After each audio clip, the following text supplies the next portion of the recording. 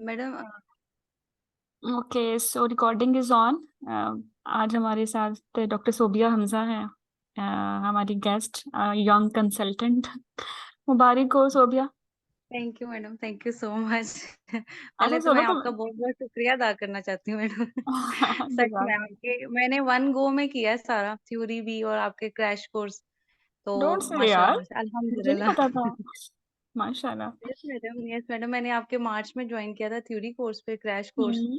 और फिर ये वाला ग्रुप ज्वाइन किया था एक्सटेंडेड टॉक्स का। तो अच्छा। मैंने आपको वैसे एक्सटेंडेड टॉक्स पे मैंने मिस किया था, मैं हम्म ऑनेस्टली बताऊं, क्योंकि वो मुझे आपकी आदत पड़ गई हुई थी।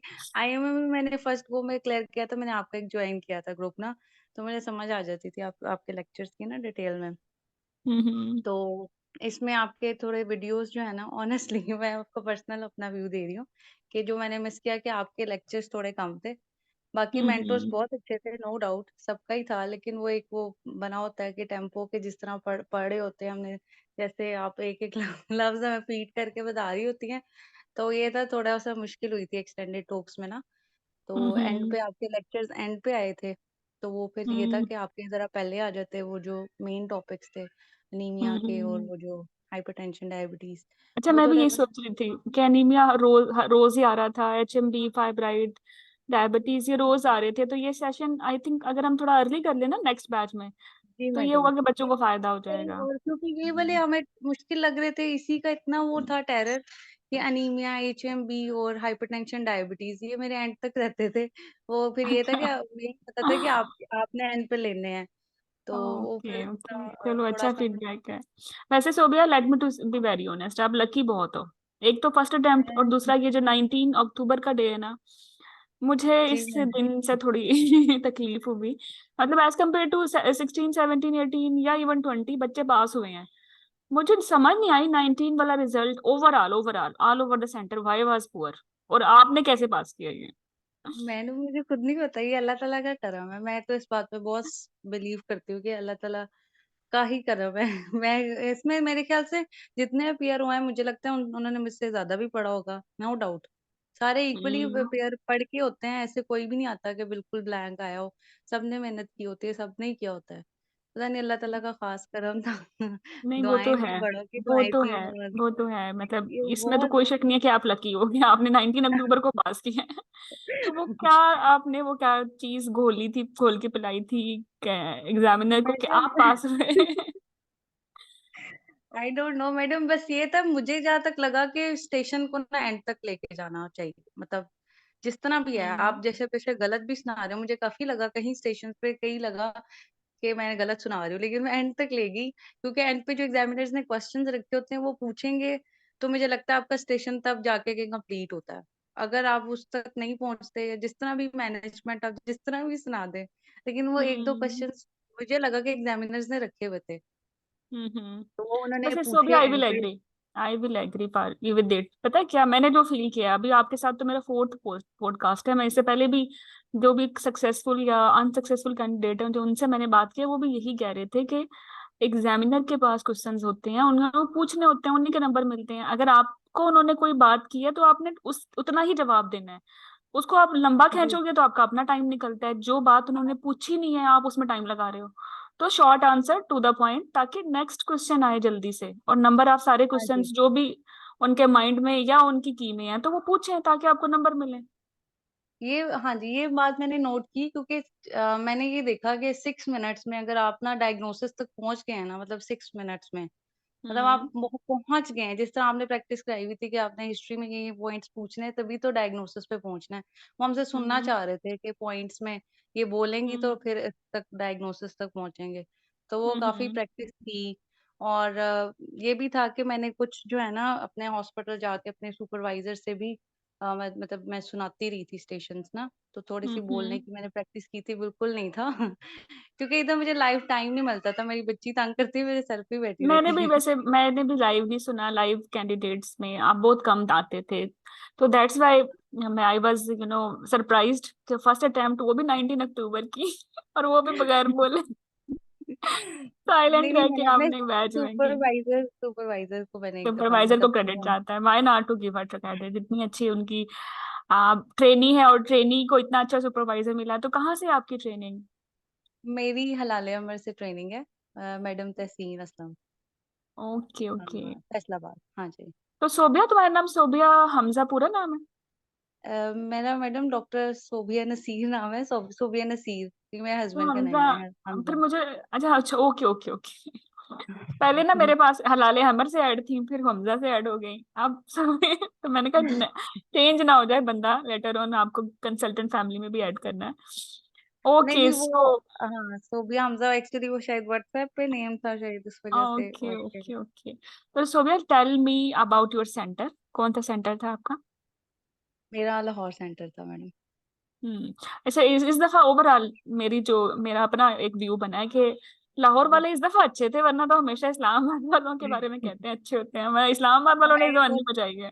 मैं खुद सरप्राइज थी कि इस्लामाबाद से आई थिंक कोई कह रहे थे एक हम्म। ही बच्चे मतलब। हाँ बिल्कुल, और इतने अच्छे कैंडिडेट, मतलब आपको तो पता ही है ना बैच में कितने बोलने वाले स्टूडेंट्स रह गए 19 को। मैडम बहुत ज्यादा बोलते थे, हम जब वेट कर हम्म रहे थे अपने, मतलब हमारे जो मेरा सेकंड टाइम था ना, मतलब 10:30 हम्म बजे शुरू होना था, लेकिन वो थोड़ा लेट होते होते 12:30 तक गया था।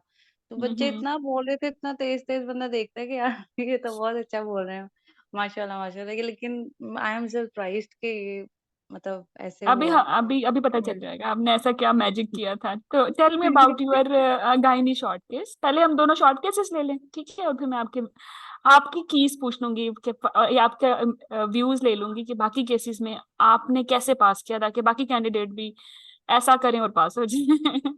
मैंने चलो। मैंने कोई ऐसा एक्स्ट्रा ऑर्डिनरी तो मैंने कुछ भी नहीं किया था, बल्कि मुझे तो लगता है नॉर्मल ही किया था, ऑर्डिनरी जैसे करता है मुझे। मे बी पता नहीं कौन सी बात पसंद आ गई, आई डोंट नो एग्जामिनर्स को। मैं आपको अभी बताती हूँ क्या बात पसंद आएगी। Let's start from gynae short case. जी मैडम, मेरा था फाइब्रॉइड और विद HMB ना। हम्म। हाँ जी मैडम, मेरे पेशेंट की कंप्लेंट थी, presenting complaint HMB and infertility for the last 1.5 year and अच्छा, शी इनफर्टिलिटी हैड। भी थी? ये सेम जी केस ना हर रोज हर दफा आया, लास्ट भी मैंने जब डिस्कस किया ना 16 से लेके जी 18 तक, हर बच्चे को, मतलब सेकंड बच्चे को ये केस मिला है, फाइब्राइड मुझे लगता है एक ही इनफर्टिलिटी पेशेंट एचएमबी। रखा था उन्होंने शायद, मुझे अच्छा, लगता है, ओके, क्योंकि वो नहीं नहीं, बच्चे कह रहे चेंज थे थे, कि चेंज हो रही थी, कभी पोस्टपोन। सेकंड मैरिज हो रही थी, कभी कुछ हो रहा था, कभी 42 एज हो रही थी। अच्छा सो हाँ, लेट्स लेकिन सी। ये था जो मुझे लगता है उन्होंने जो थे ना फाइंडिंग्स वाले पेशेंट वो बिठाए हुए थे।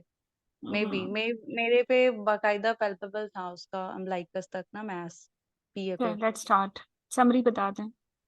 मैडम मुझे एग्जैक्टली याद भी नहीं है। I think she was 32-33 years of age, patient patient name मुझे याद हम्म नहीं है। और she was married for 1.5 year, had complaint of HMB for the last 3 years, और इनफर्टिलिटी ऑब्वियसली फॉर 1.5 year। और इसका जो है ना हिस्ट्री ऑफ सर्जरी दे रही थी, वो कह रही थी कि मायोमेक्टमी, अब वो एग्जैक्टली नहीं बता रही थी, वो कहती रसौली निकाली गई थी मेरी शादी से पहले। हम्म। और उसका रिमूवल था। मिड लाइन मुझे तो स्कार यही तो नहीं लगा था? कि वही वाली होगी फिर सबके लिए नहीं जो नहीं थी। नहीं नहीं, अच्छा, उसका लेप्रोस्कोपिकली हुआ था, उसके ओके, स्कार्स तो थे। डिफरेंट है। जी हाँ जी, लेप्रोस्कोपिकली था उसका। और लेप्रोस्कोपिक रिमूवल था उसका। मुझे आई डोंट नो कि वो सिस्ट रिमूवल था, वो नहीं बता रही थी कि बच्चेदानी, मैंने कहा बच्चेदानी में से आपकी रसौली निकाली गई थी, कहती हाँ जी। और हम्म उसके बाद जो है ना, मैंने इनफर्टिलिटी के लिए हस्बैंड की सारी हिस्ट्री ली, उसमें कोई सिग्निफिकेंट फैक्टर नहीं था, और इसके एक्स्ट्रा कोई कंप्लेंट नहीं थी, इंटरमेंस्ट्रुअल ब्लीडिंग, पोस्टकॉइटल ब्लीडिंग, सिर्फ हैवी मेंस्ट्रुअल ब्लीडिंग की कंप्लेंट थी। और बस मोटी मोटी हिस्ट्री पॉइंट्स पूछे, और फौरन साथ ही मैंने ना जो आपने बताया हुआ था ना, family history, social economic status, वो ड्यूरिंग हम्म द एग्जामिनेशन मैंने पूछा, तो उस पर टाइम नहीं लगाया मैंने। हम्म जो सारे HMB की और इनफर्टिलिटी की मैंने हिस्ट्री पूछ ली, और उसके बाद फिर मैंने जब एग्जामिनेशन शुरू कर दिया, साथ ही जो जनरल फिजिकल हम्म। एग्जामिनेशन था, पेशेंट उठ के नहीं बैठ रही थी, कहती सारे लेट के कर रहे हैं, आप ऐसे ही करें। मैंने कहा मैंने अच्छा। आपको BMI चेक करना है, मैंने वेट एंड हाइट करना है, तो उसको वेट एंड हाइट अपनी याद थी, उसने वैसे ही बता दी।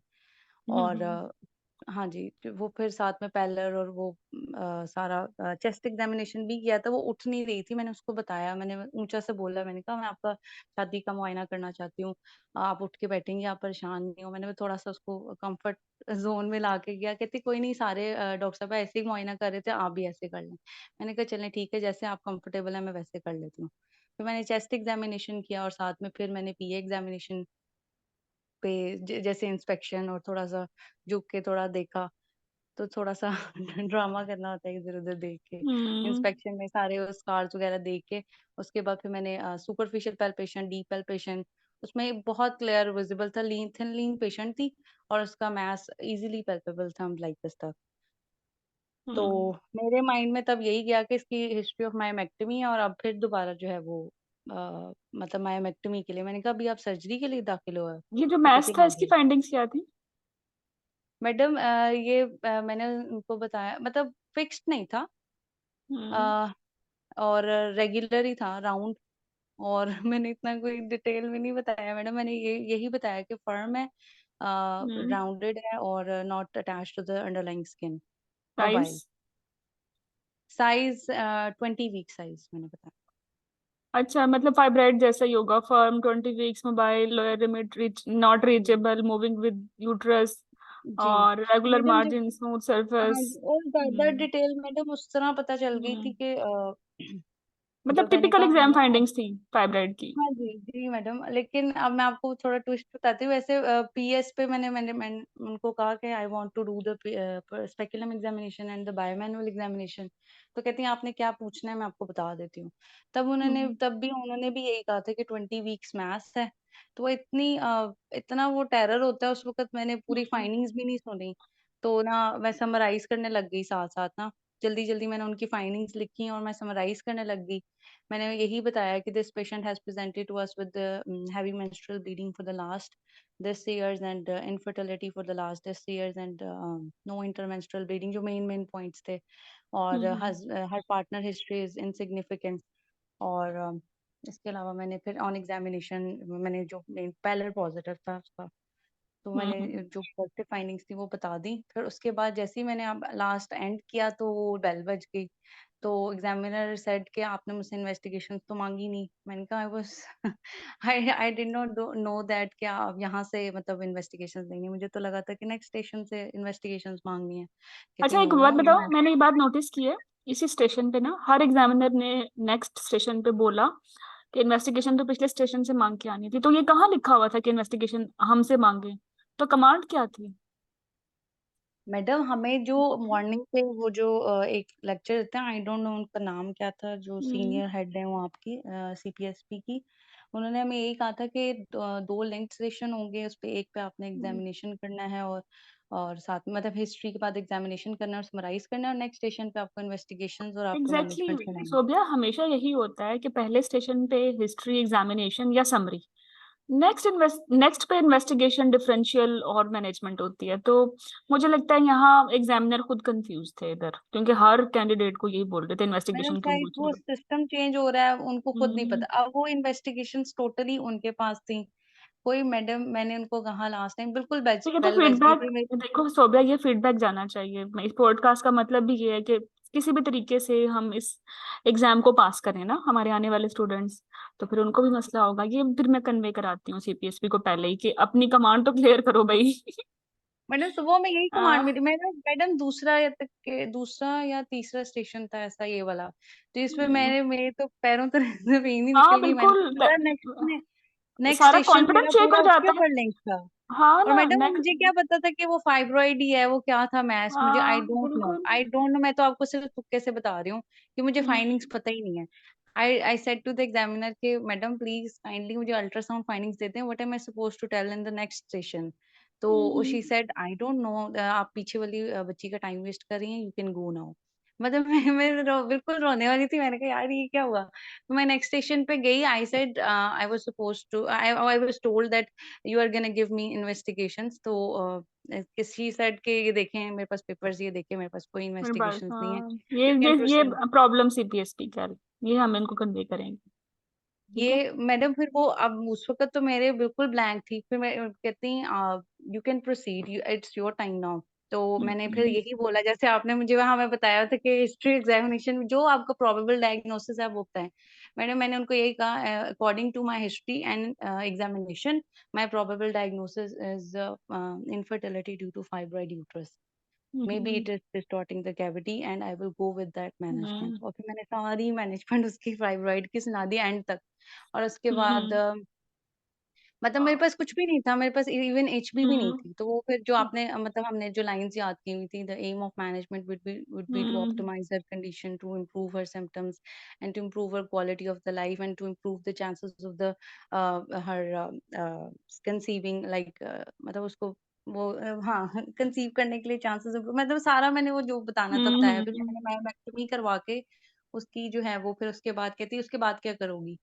मैंने कहा I would hmm like to go for the hysterosalpingogram. उनको शायद पता नहीं मेरी आवाज़ नहीं आ रही थी, क्या कहती क्या कराओगी? मैंने कहा हिस्टेरोसेल्फ एंजियोग्राम कराऊँगी to check for the tubal patency and again the husband semen analysis. फिर उसके बाद क्या करोगी फिर तुम? मैंने कहा I would like to go for the ovulation induction of the patient. फिर यहाँ पे मेरी बेल बज गई थी। मतलब उन्होंने हम्म क्वेश्चंस रखे थे। आई डोंट नो, मुझे नहीं पता वो मैथ्स क्या था। कुछ बच्चे कह रहे थे कि शायद उन्होंने फिक्स्ड कहा हुआ था। बाद में जब मैं बाहर निकली तो उन्होंने कहा कि शायद वो फिक्स्ड कहा था आपने देखा नहीं स्पेculum, और उसमें उन्होंने फाइंडिंग्स बताई हुई थी। तो वो शायद हम्म। कैंसरस था या मुझे नहीं तो पता उसकी कैंसरस की क्या ऐसे ही आ थी। जाएगा, हिस्ट्री पे तो कुछ होगा ना, हिस्ट्री पे तो कुछ भी नहीं है। मैं वही कोई है हिस्ट्री ऑफ वेट लॉस कुछ भी नहीं था। बच्चों ने ये भी कहा कि शायद ओवेरियन कार्सिनोमा भी बना के आए हुए थे कुछ बच्चे के, उन्होंने शायद वो OV30 बायो पे कैसे आएगी, और एक थिन लिन पेशेंट का एंडोमेट्रियल कैंसिनोमा, मतलब मुझे यही आप लगा कि फजूल बात है। एंडोमेट्रियल कैविटी डिस्टॉर्ट कर रही होगी, उसकी वजह से उसको कंसीव नहीं हो रहा, तो नो मैंने नो, फिर वैसे Sobia let me to be add more things for your coming colleagues. आप तो माशाल्लाह कंसल्टेंट हो आप। लेकिन हाँ, लेकिन लर्निंग कंटिन्यू मुझे रखनी है, यकीन ठीक नहीं है। आता मैडम, इतना यूफोरिया चल रहा है अभी तो मुझे यकीन ही नहीं आता। ख्वाब में मेरे क्वेश्चंस घूम रहे होते हैं, यकीन आई माने। Can understand. आई- या बहुत अच्छे प्लेजेंट डेज हैं ये, लेकिन बहुत जल्दी फिर प्रैक्टिकल लाइफ और उसकी हार्शनेस आ जाएगी। But no worries, you will be supported there. ठीक है, आपने I think consultant group join कर लिया है ना, आपको बड़ा हाँ जी। सपोर्ट हाँ जी सपोर्ट मैडम, मिलेगा आपसे उधर। मुझे अच्छे से जी। आपको चलो बहुत थैंक सपोर्ट यू मैडम। मिलेगी उधर। व्हाट टू जी do, madam. How to deal patient, about job, about career, everything. So हम सोबिया, मुझे ये लगता है कि ये जो थोड़ा सा CPSP का अपना फॉल्ट है कि इन्वेस्टिगेशन पे बात नहीं हुई, लेकिन अगर इसको हम आइडियल वे में ट्रीट करें ना, 32 पे एक थिन सी पेशेंट है जिसको HMB है, जिसको इंटरमेस्टल ब्लीडिंग नहीं है, कोई डिस्चार्ज नहीं है, तो लेस लाइकली है कैविटी डिस्टॉर्ट होगी। जहाँ कैविटी डिस्टॉर्ट होती है वहाँ ब्लीडिंग पैटर्न बड़ा ऑब्वियस होता है, बड़ा क्लासी होता है। तो मैं let's assume her cavity is not distort because she is having heavy regular menstrual bleeding. अच्छा, ठीक दूसरा है। ये कि मायोमेट्रियल फाइब्राइड होगा 20 वीक्स का, कोई ना कोई तो होगा ना। अगर प्रेशर सिम्टम्स मतलब ब्लैडर वाले हैं तो इंटीरियर होगा, या बैकएक के, या डिस्परूनिया के, या कॉन्स्टिपेशन वाले हैं तो मे बी इसको जो है पोस्टीरियर वाल फाइब्राइड हो। डिस्परूनिया है स्पेसिफिक, सर्विक्स को ब्लॉक कर रहा है, तो it can be cause directly infertility की रीजन भी हो सकती है, और डिस्परूनिया के भी, और सर्वाइकल फाइब्राइड हो सकता है। अगर इतना बड़ा फाइब्राइड है, कॉर्नुआ का है, according to your exam hmm, findings, तो मे बी जी मैडम। दोनों ट्यूब ब्लॉक हो, और अगेन वो रीजन हो इनफर्टिलिटी के, तो इन दैट वे ये HMB को भी एक्सप्लेन करेगा, ये वाला फाइब्राइड, और इनफर्टिलिटी को भी एक्सप्लेन करेगा। तो ठीक है, आपने आपकी जो ओवरऑल मैनेजमेंट थी, जब जैसा कि यू पीपल वर टार्ट कि जब एग्जामिनर फाइंडिंग्स, एग्जामिनर इन्वेस्टिगेशन ना दे, तो जो आपका प्रोविजनल बनता है हिस्ट्री एग्जामिनेशन पे, वही उसकी मैनेजमेंट करनी है, जैसे आपने की। जी नल्ली जी 32 with HMB with suspected fibroid and leading cause of infertility, suspected तो भी यही है ना, जी बिकॉज मैडम। साइकिल हैवी है और रेगुलर है।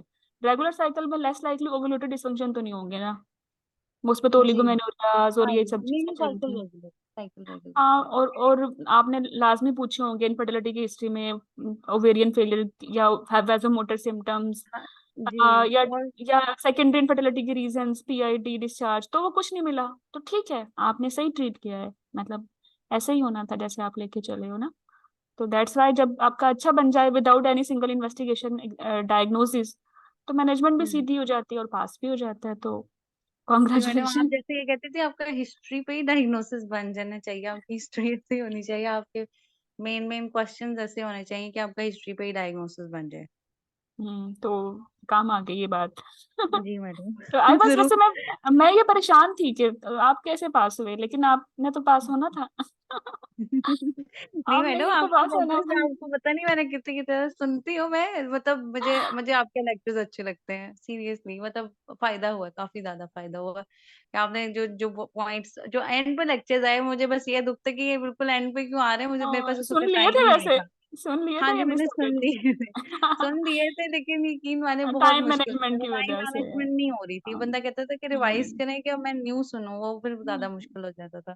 चले हम मेरे बस। सेशन अब शुरू में आएंगे, फॉर यूर कोलीग्स इंशाल्लाह, ताकि क्योंकि क्लिनिकल केसेस होते हैं मेरे, तो मेरा ख्याल है कि ज्यादा इम्पोर्टेंट भी होते हैं वो जी मैडम, मार्क्स के क्लिनिकल लिए। वाले आप शुरू में रख ले, ताकि उसका ही टेरर होता है, बाकी बाकी हम्म तो थ्योरी सारे पढ़ के आए होते हैं। और मुझे लगता है कि थ्योरी वाला इतनी टेंशन नहीं होती, अगर आपने थ्योरी आपसे मतलब पढ़ी भी है अगर, तो मेरे नहीं ख्याल की मुश्किल होती है।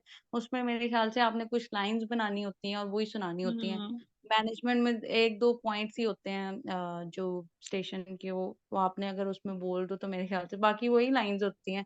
जैसे मेंटोर्स ने हम्म सारों ने बताई हुई थी कि ये लाइन बोलेंगे कि आपने एम ऑफ मैनेजमेंट सुनाना है, आपने मल्टी डिसिप्लिनरी टीम को इन्वॉल्व करना है, आपने हम्म एक्सप्लेन करना है, मतलब वो सारी उसी में आपका टाइम 2-3 मिनट उसी में लग जाते हैं आपके, तो आपका टाइम भी पूरा हो जाता है, मैनेजमेंट भी सुना देते हैं इतनी डिटेल। मेरे ख्याल से वो पूछ रहे थे, क्लिनिकली ही पूछ रहे थे, वो थ्योरेटिकली नहीं पूछ रहे थे, जो मुझे लगा कि एंड ऑफ हम्म सारे में ना वो आप जो हम करते हैं हॉस्पिटल में जो करते हैं हम, वो हम्म बातें पूछ रहे थे बजाय इसके कि वो थ्योरेटिकल नॉलेज देख रहे हो, मुझे जो तो लगा। शोभा गायनी का नहीं, ओप्स का केस कौन सा था? बाकी बातें ठीक कही हैं आपने कि क्लिनिकल केस पे वो थ्योरी पे इतना नहीं जाते, वो आपकी क्लिनिकल अप्रोच या रियल पेशेंट के साथ कम्युनिकेशन या कोलीग के साथ इंटरेक्शन या आपको कॉन्फिडेंस देख रहे होते हैं। तो हम्म। ये चीजें जरूर होनी चाहिए फॉर अदर्स एज वेल, कि इससे ये बड़ा जरूरी है for your clinical hmm. Cases, ये एलिमेंट्स पास होने के लिए। यू आर वेरी जी राइट। तो ओप्स का केस क्या था, क्या समरी थी उसकी? मैडम, ऑप्स का मेरा था gravida 5, gravida 5 para 4 abortion 0 at 35 plus 3 weeks according to gravida date, 5 para 4 4। Abortion 0 okay. at 35 plus 4 weeks according to dates, sure of dates, you were sure of dates, and with uh, with GDM, hmm with GDM previous 3 and placenta previa okay, बड़ा unique type case है, 3। ये अभी तक नहीं आया था। हम्म। Okay. और इसकी जो है ना, 1 IUD था, 3 अब alive प्रीविया issues थी, थे। अब एपीएच था या प्रीविया था वैसे ही एसिम्टोमेटिक? सिंपल प्रीविया था, प्लेसेंटा प्रीविया वो मुझे फाइंडिंग्स में मिला था बाद में, अच्छा अच्छा, बाद में। इन्वेस्टिगेशन में। बाद ओके, में अब वैसे अभी मैंने कोई एपीएच नहीं था?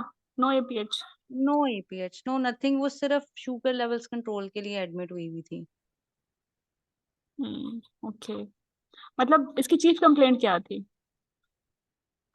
इसकी शुगर लेवल्स डिरेंज थे, बस वो ये कहती मेरे पास इसलिए आई हूँ, मेरी पिछली अच्छा। दफा भी हर हमल में शुगर खराब हो जाती है, और इस दफा भी मेरा शुगर, मैं ग्लूकोफेज भी खा रही हूँ, मैं इंसुलिन भी लगा रही हूँ। मैंने उससे पूछा कितने यूनिट्स लगाती हैं आप, तो उसको आइडिया नहीं था, बस उसने नंबर बोले, मैंने कहा येलो वाली, पीली वाली या हरी वाली कौन सी लगाती हैं, उसको ये भी नहीं पता था, कहती मुझे नहीं पता डॉक्टर सुबह साहब। शाम दोपहर शाम लगाती है, ये भी नहीं सुबह पता दोपहर था? शाम लगा रही थी, वो सुबह ओके, दोपहर शाम टीडीएस में लगा तो रही फिर वही होगी, रेगुलर ही होगी। थी। हाँ जी।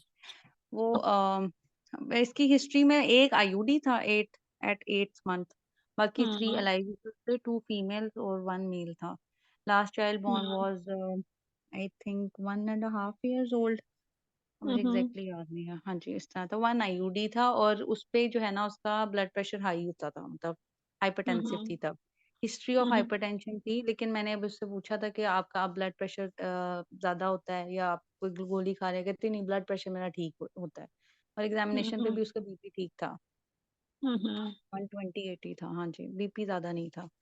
और और क्या फाइंडिंग्स थी इसकी हिस्ट्री में, मतलब सिंपल सिंपल हिस्ट्री थी वो, यही उसने IUD की वो कॉज उसने डायरेक्ट बता दी थी कि ऑपरेशन ऑपरेशन भी इसलिए हुआ था, ब्लड प्रेशर कंट्रोल नहीं हो रहा था, और इतना कोई खास नहीं था कि कोई स्पेसिफिक IUD की कॉज ढूंढनी पड़े पड़े बाकी प्रीवियस, अच्छा प्रीवियस हिस्ट्री ब्लड प्रेशर की है?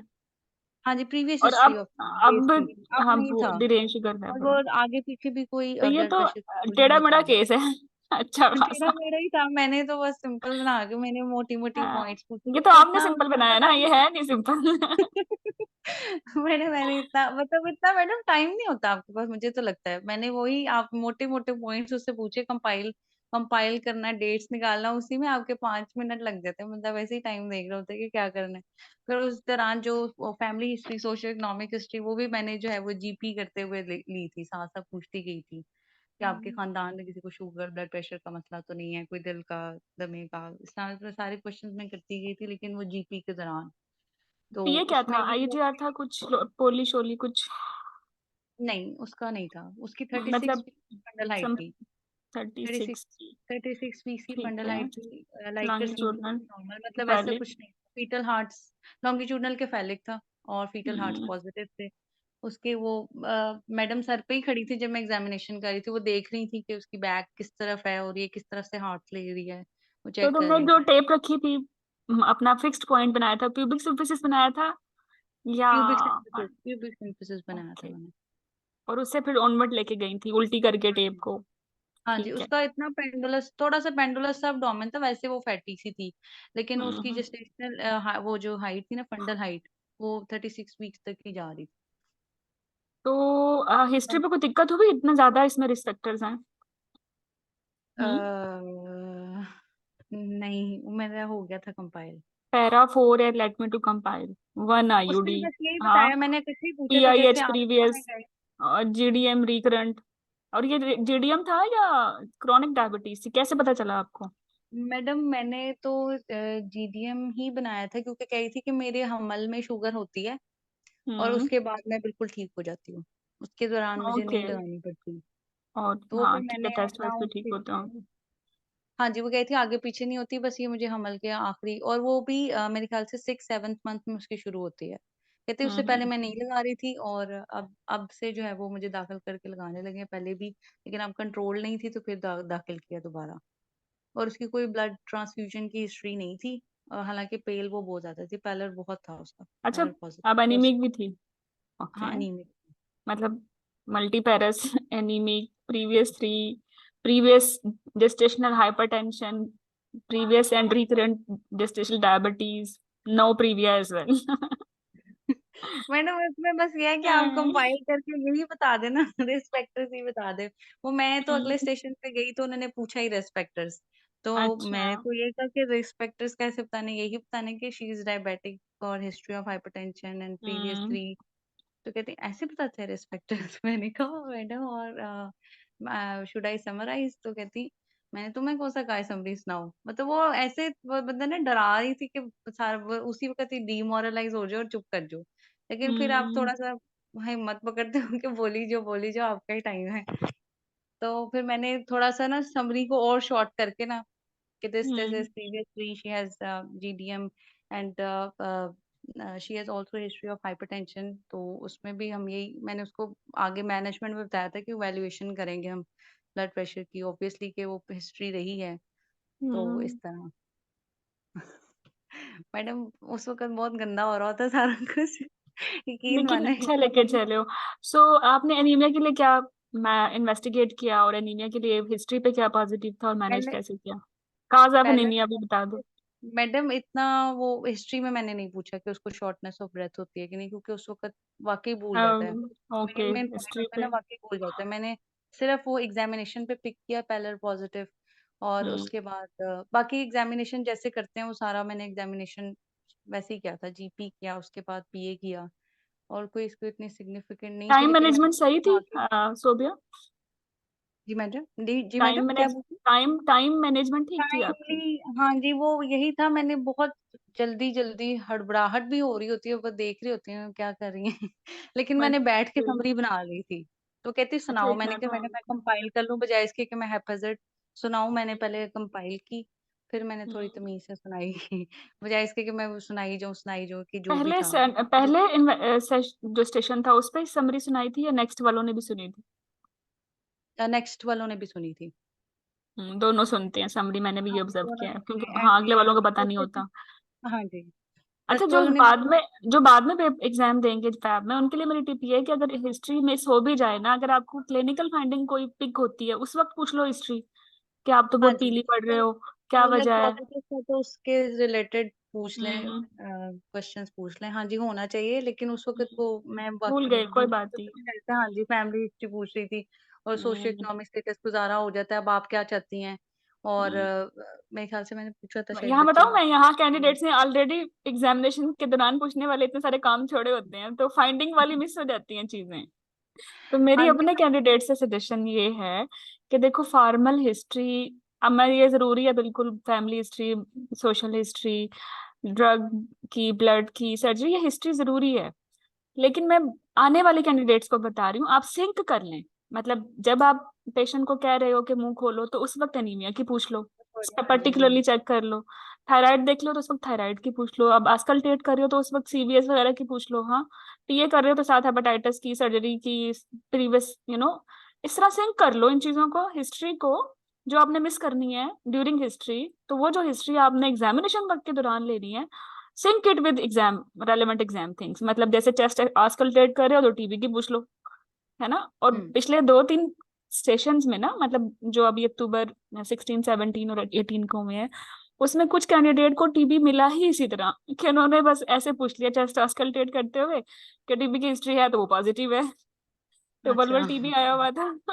हाँ जी, वर्बल टीबी आया था। मेरी फ्रेंड को आया था वर्बल टीबी, उन्होंने हम्म, यही बनाया था। बाकी ये सारे बाकी मेरे लोगों ख्याल के लिए से टिप कुछ है। साइड से नोमास भी हो बना गया, रहे तुम भी थे। पढ़ाओगी, पढ़ाना जरूर, ठीक है, अपने कोलीग्स को, तो उनको ये जरूर बताना। ठीक है, चलो, ओके। मैं वेरी बैड एट टीचिंग। नहीं नहीं, और बड़े कूल हो यार। तुम्हारी ये चीज अच्छी है।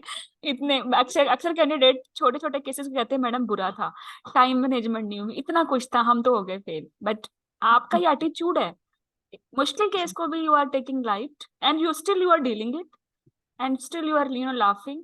तो ये एक कंसल्टेंट ने बड़े हैवी प्रेशर में काम करना होता है, स्पेसिफिकली अगर सर्जन भी है साथ, और ओबीजी का वो भी, तो उसको कूल जरूर होना चाहिए। डिसीजन पावर आपकी जो है ना अच्छी होती है। तो अपनी ये वाली जो अदा है ना, ये आपकी अच्छी है, इसको इंटेक्ट रखना। चलें, जज़ाकल्लाह मैडम।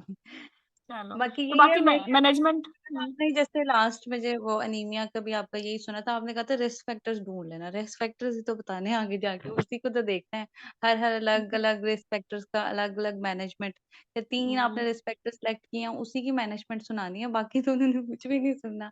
तो यही माइंड में था मुझे, ये था कि प्रीवियस थी या उसको कैसे मैनेज करना है, अनीमिया निकला है उसको कैसे मैनेज करना है, वो आप तीन चार ही बातें मुझे लगता है मैनेजमेंट में सुना दो, तो मुझे लगता है कि वो आई थिंक इनफ होता है। आपके पास इतना टाइम नहीं होता कि वो इन्वेस्टिगेशंस माँगने में इतना टाइम लग रहा होता है कि आप और क्या चाहिए और क्या चाहिए? तो सीबीसी को उन्होंने बता दिया था, आई थिंक उसकी एज भी 8 थी कि 9 थी, आई डोंट नो, लेकिन उसकी कम थी।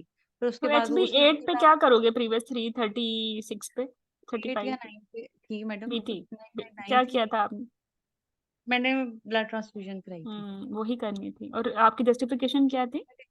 35 वीक्स पे थी मैडम, प्रीवियस थी, और जो हम्म। है पैरेलल बहुत ज़्यादा ही था। वैसे ऑल्दो इतनी हम्म। शॉर्टनेस ऑफ ब्रेथ नहीं थी, या मैंने पूछी भी नहीं थी उससे, लेकिन मैंने यही कहा था कि ऑब्वियसली 35 वीक्स पे प्रीवियस थी है, और एंड पे हम्म। इन्वेस्टिगेशन में बाद में भी जब उन्होंने बता दिया था ऑब्स्टेट्रिक्स हम्म। साउंड पे, ऑब्स्टेट्रिक अल्ट्रासाउंड पे कि ये जो है प्रीविया है, फिर ब्लड हम्म। ट्रांसफ्यूजन किया था, और फिर अच्छा, मुझे मैंने मैनेजमेंट से पहले बताओ, इन्वेस्टिगेशन आराम से दे दी थी उन्होंने?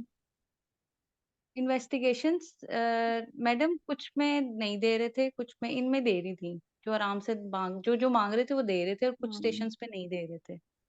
अच्छा, HP8 दी थी, स्कैन आराम से खुद दे दिया था कि ये- ये बायोमेट्री है और नहीं, सब कुछ ठीक है? बोलने बोलने पे देते हैं, वैसे नहीं देते, खुद ओके, से नहीं आप आपको पेश करते। तो स्कैन आपने पे बस, आपने पूछा था बायोमेट्री बता दें, लाइक कर बता हाँ दें, जी, प्लेसेंटा? ओके। एक एक चीज आपने खुद मांगनी है, वो ऐसे नहीं बताएंगे कि आप ऑब्स्टेट्रिक अल्ट्रासाउंड पे, वो कहेंगे क्या देखना है, क्या मांगू, वो एक हम्म। एक पॉइंट आप मांगेंगे तो वो देंगे, अदरवाइज वो जो आपने नहीं मांगा वो नहीं देंगे, और आपको नहीं पिक हुआ, ऐसे ही है। ठीक है। अब जिस तरह सीबीसी मैंने मांगी थी, तो उस पे मैंने अलग से हम्म। एचपी, अलग से प्लेटलेट काउंट, एमसीएच, एमसीएचसी, ये सारा अलग अलग, एमसीवी अलग मांगा, तभी मेरा बना कि आयरन डेफिशिएंसी है, सीरम फेरेटिन उन्होंने कहा वेटेड है। फिर उसके बाद मैंने कहा इसके मैंने fasting blood sugar, random blood sugar, वो हम्म। सारी कहते हैं ये रिकॉर्ड ये सामने है, तो तो उसकी जो है ना BSN क्या फास्टिंग, थी इसकी? मैडम उसकी उन्होंने रिकॉर्ड रख दिया था, कहते इसके ये हम्म रिकॉर्ड हो रहा है, बाकी सारी कंट्रोल थी, उसकी फास्टिंग जो थी ना वो मतलब 120 में थी, ज्यादा थी।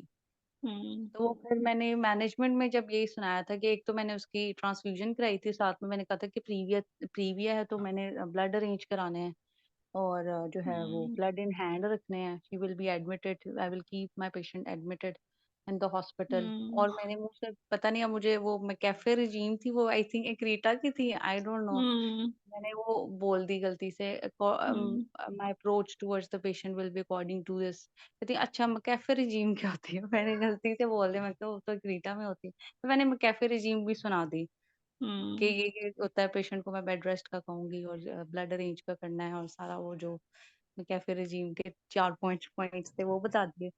तो हम्म बाद में मुझे याद आई तो क्रीटा वाला तो नहीं था कहीं मतलब मैंने सुना दिया, जो भी था उस वक्त आपको नहीं समझ आ रही होती आप क्या बोल रहे होते हैं, लेकिन वो एंड तक मैं शुक्र है लेगी, फिर मैंने कहा I will optimise her anaemia, I will control her blood sugar levels, और उसको मैंने बताया कि जो नाइट टाइम की है उसमें मैं इंसुलिन बढ़ाऊंगी, क्योंकि फास्टिंग जो है वो इसकी ज्यादा आ रही है, बाकी लेवल्स कंट्रोल्ड है, हम्म और ब्लड प्रेशर मॉनिटरिंग का कहा था, और I will take my patient up to 37 weeks of gestation, और उससे पहले मैं स्टीरॉयड कवर दे के उसका इलेक्टिव सेक्शन होगा।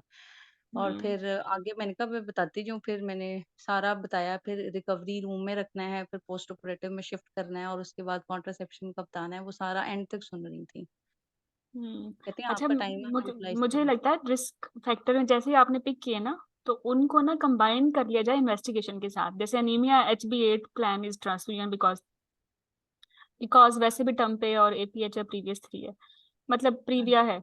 अच्छा, फिर जैसे जी। ही वो बोले लाइक पैरा 4, तो दिमाग में आ जाए BTL या लॉन्ग टर्म है ना हाँ जी। मैनेजमेंट में। हाँ अच्छा, फिर जी। जैसे ही वो बोले प्रीवियस 3 है, तो फिर इसमें भी एडहियन और सर्जन ओपिनियन चूंकि प्रीविया भी है हाँ ना, मल्टी तो फौरन ही डिसिप्लिनरी टीम, आप हाँ जी, मैंने अपने इन्वॉल्व पेज की पे हुई थी। लिखते रहो ऐसे करके।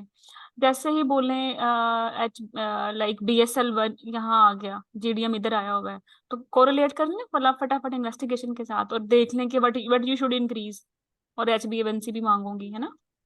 जी। तो इस तरह भी, हाँ, ये भी एक अच्छा तरीका है कि आप अपना माइंड मैप या फ्लो शीट या एल्गोरिथम बना सकते हैं कि मैनेजमेंट में कुछ मिस ना हो। तो हर वो चीज हम्म। जो हिस्ट्री एग्जामिनेशन में पॉजिटिव थी वो भी रिस्ट्रिक्टेड है, जो इन्वेस्टिगेशन में पॉजिटिव है वो भी हाँ जी, वो भी रिस्ट्रिक्टेड है, पॉजिटिव जी जैसे मैडम। ये और पॉजिटिव है, तो बाकी फिर एक इन मैं सब को इसमें मैनेज बताना कर दें। चाहूँ, मैडम ये हमारे सीनियर्स ने भी कहा था कि अपना एक क्लिप बोर्ड और अपने पेपर्स लेके जाएं, प्रिंटिंग हम्म पेजेस में लेके गई थी, और काफी ज्यादा मतलब 4 5 6 मतलब मेरे पास थे, क्योंकि वो हम्म, इतनी टाइम नहीं होता कि आप जो है वो उनसे शीट मांगे, और वो इतनी तेज तेज बोल रहे होते हैं, तो आपको जब जब तक आप लिखते नहीं हो आपको नहीं समझ आती कि नहीं याद पेशेंट के साथ आता। क्या अच्छा चल रहा है, अच्छा, देखो, पेशेंट लास्ट का नाम भी मतलब नहीं याद 18 को रहता। ना, 18 को रेहान भी अपने साथ लेके गई थी पेजेस, मैमूना वो भी लेके बहुत गई फायदा थी, होता है, मैंने हर और पॉइंट जो बाकी बच्चे नहीं बोली, लेके गए, दे अज्यूम्ड के हाँ, वहां वो बहुत मिलेंगे। मुश्किल होता है, हाँ जी, वो नहीं मिलते अक्सर, कुछ कुछ हम्म उस पे पड़े होते हैं, आप पहले वो उसी में मेरे ख्याल से आपका टाइम वेस्ट हो जाता है कि आप पेपर मांगो, आपके पास अपना क्लिप बोर्ड हो, पेंसिल्स आपने हम्म 2 एक्स्ट्रा रखनी है, एक अपने हाथ में रखनी है, तो वो ये है कि इस पे थोड़ा बहुत फायदा हुआ कि आपका पेपर खत्म होता जाता है, अब एक एक एक हम्म, सेशन पे आपका एक पेपर लग जाता है, क्योंकि वो जब बिल्कुल। आप इन्वेस्टिगेशन और मांग रहे हो तो आपको नहीं समझ हाँ। आती कि वो फौरन माइंड हम्म में, मुझे तो यही रहता है कि लिखे लिखते जाए तो आपको समझ आती रहती है हम्म। कि आगे मैंने क्या करना है, और लिखा वो आप देख के बताते जाते हो, अच्छा मैंने इसको ये मैनेज करना अच्छा है, ये सोबिया, मैनेज मैं करना ये है। भी कहूंगी कि ना बच्चों ने ना EDD की जो कैलकुलेशन की प्रैक्टिस है ना वो सही नहीं की होती, यू शुड बी मास्टर। आपके पास कैलकुलेटर नहीं भी है तो फिंगर्स पे या डेज के साथ लेना आना चाहिए, और इतना क्विक हो कि इसमें आपका टाइम ना वेस्ट हो। हाँ तो जी, ये भी एक अच्छी टिप है मैंने वो आने यही वाले कहा था कि कैंडिडेट्स के मैंने लिए। उस पे मतलब मुझे जैसे आप कहती है ना, मेरा मैथ्स बहुत वीक है मेरा मैथ्स बिल्कुल आपके जैसे ही है, बिल्कुल मुझे बिल्कुल समझ नहीं आती कि 2+2 भी क्या हो रहा है, मुझे वाकई नहीं समझ आती, लेकिन मैंने देखो, मैं भी सरवाइव कर रही हूँ, आप भी कर लोगे। मैंने अभी ना वाकई थ्योरी मैं में यही CTG सोचती मैंने हूँ, मैंने पढ़ाई, और मैंने बताया उनको कि जो होता है ना 1 बिग ग्राफ, वो होता है 1 मिनट का, और 1 बिग ग्राफ में 5 छोटे स्क्वायर्स होते हैं, और वो हर एक होता है 10 का। तो फिर मुझे कैंडिडेट्स ने कहा, मैडम ये तो 50 सेकेंड्स नहीं हो जाएंगे। मैडम जब आप बोलते थे मुझे मेरी हंसी छूट जाती है कि ये मेरे वाला हिसाब ही है मुझे बिल्कुल मैथ्स नहीं आता, वाकई बहुत वीक, मतलब मुझे होता था मैं कैसे कैलकुलेशन करूंगी, सारी जो है ना ट्रेनिंग में हम कैलकुलेटर लेके बैठे होते थे, मैं तो वैसे ही कैलकुलेटर यूज करके करती थी, लेकिन लेकिन हमने फिर तो मैंने अच्छा ना एंड पे एडवाइस करना है यही ना प्रैक्टिस अपने आने किया। वालों को, उन्होंने करना है हाँ, कैलकुलेट, प्लस मास्टर प्लस बनना करके है। मैंने किया, मैंने कहा वो ईटीटी कैलकुलेटर भी आपसे नहीं यूज होना, मैं लेके गई थी लेकिन वो उस वक्त नहीं होता, हम्म, और आपके लिए नई चीज जो है ना वो बहुत मुश्किल हो नहीं जाती है। होते। आपके सिर्फ आधा मिनट लगता है कैलकुलेट करने में, मेरे ख्याल से आप साइड पे लेकिन ये कर लें इसकी वर्थ है। कैलकुलेटर और पता है, सीखेंगे। इसी हाँ वजह से दो बच्चों ने मुझे अच्छा फीडबैक दिया है कि कैंडिडेट जो एग्जामिनर थे ना, वो देख रहे थे कि ये ईडीडी कैसे कैलकुलेट करती है। मतलब आपको विद डेज या फिंगर्स पे इतना मैथ होना चाहिए कि डीओपी चेंज ना हो, वरना तो prolong pregnancy, IUGR, mistaken date, सब उलट पुलट, पूरा केस ही उड़ गया। हाँ हम्म। जी, और मैडम वो ये है कि जैसे ही आपको पेशेंट ने एलएमपी बताई है ना, उसी वक्त कैलकुलेट करें, उसके बाद वरना हाँ, भूल उसके जाइए बाद ऐसे। टाइम नहीं मिलता, उसके बाद उसके इतनी बाद हपड़ टाइम नहीं धपड़ मिलता, होती है, भूल रिस्क जाइए। रिस्क रिस्क रिस्क आ रहे होते हैं, सर पे बरस रहे हाँ होते हैं। जी, मैंने पेशेंट को कहा, मैंने कहा हाँ। एक सेकंड आप रुकिएगा, मैं आपके ना कैलकुलेट कर लूँ जरा। उसने वो हम्म। दो मतलब मुझे लगता है मेरा पूरा 1 मिनट उस पे लगा होगा, मैंने कहा ये बहुत जरूरी है, ये निकालो 1 मिनट। एंड कोई आई टोल्ड मसला यू नहीं है। पीपल के एग्जामिनर, और जब पेशेंट आपकी शक्ल देखे ये चुप गुमसुम क्यों है, तो बता दें उसको कि एक मिनट, एक्सक्यूज हाँ मी, जी, मैंने आई वांट बताया, टू मैंने कहा मैं कैलकुलेट। जरा आपकी तारीखें निकाल लूँ, मैं जरा 1 मिनट रुकिएगा, मैंने बोला उसको। ये बहुत जरूरी हाँ है, वो छोटी सी बात। और क्लिप बोर्ड भी जरूरी है, क्योंकि ना आपका बैलेंस नहीं बनता, लिख नहीं पाते हो, बड़ा ना स्मूथ नहीं जाता ये सब कुछ। जी अच्छा, एक मैडम, और भी उसमें बात थी। इतना हैphazard तो हो रहा होता है, बाकी बंदा परेशान होता है, हाँ सॉरी बिल्कुल। मैं अच्छा आपकी बात सोबिया, काट। जो स्ट्रक्चर डिस्कशन के केसेस हुए हैं ना पिछले दिनों में, आप वाले दिन पे नहीं, उसमें ना कुछ केसेस इतने लंबे थे ना, तो मेरे कुछ स्मार्ट कैंडिडेट ने इवन स्ट्रक्चर डिस्कशन में भी पेपर मांगा, उन्होंने डिमांड किया, उनको मिला। तो आप डिमांड भी कर सकते हो, मतलब कुछ ऐसा मसला है, चुप करके दब्बू मैडम बन के नहीं वो बैठना। हाँ जी हाँ जी मिल जाता है, और वैसे भी मुझे लगता है कि स्ट्रक्चर डिस्कशन में पेपर चाहिए होता है। मुझे तो नहीं हम्म। याद रहता कि पेशेंट का नेम भी, और जैसे आप लोगों ने हिस्ट्री में बताया हुआ था कि नेम से ही शुरू होना है, तो नेम से हम्म। ही मतलब वो कहती थी क्या पूछना चाहेंगे, मैं तो नेम से ही शुरू होती थी कि पेशेंट का नेम। तो कहती थी हम्म। अच्छा ये तुम लोगों ने पूछना है कि तुम इम्पोर्टेंट ये है, फिर वो फिर आगे मतलब जल्दी जल्दी पूछ पूछ बोल के ना, नेम एज ऑक्यूपेशन एजुकेशन। क्या ना, तो वो मैडम कहती ये थी ऐसा होता है कि राइट लेग होती है किसी और पेशेंट की, और लेफ्ट लेग होती है किसी और की। इंडक्शन किसी और पेशेंट की होती है, सेक्शन किसी और का, तो नाम तो सेफ्टी फीचर में आता है। अक्सर वो बोला मैंने शुरू हर स्ट्रक्चर डिस्कशन में पेपर चाहिए होता है, मुझे तो ये लगा कि मैं नहीं ऐसे बिल्कुल हवा में कोई फेंक रहा हूँ मेरे ऊपर कोई क्वेश्चन, मुझे नहीं समझ आ रही होती कि क्या है पेशेंट के नेम, और आप लिखते जाएं तो फिर ही आपका सिनेरियो हम्म। बनता है कि अच्छा।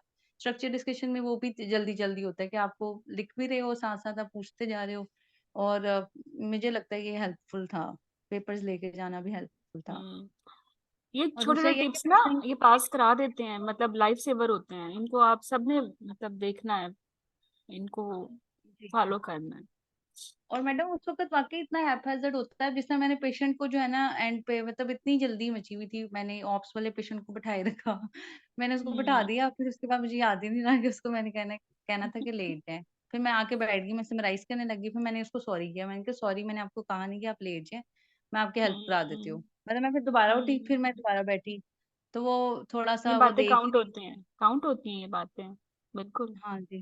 देखो क्लिनिकल केस में ना, उनको पता है थीरी के लिए बाकी 12 स्टेशन पे तुम लोग तीर मार के आए हो, थीरी पास करके तीर मार के आए हो, लेकिन just before let you to enter into the clinical field या रियल एग्जाम्स में आपको जाना पड़े रियल पेशेंट के साथ, या फील्ड में इंडिपेंडेंटली, तो फिर आप कैसे हो अंदर से। तो जब हाँ तक जी। आप ये चेक नहीं क्रॉस करोगे ना, वो नहीं पास करते।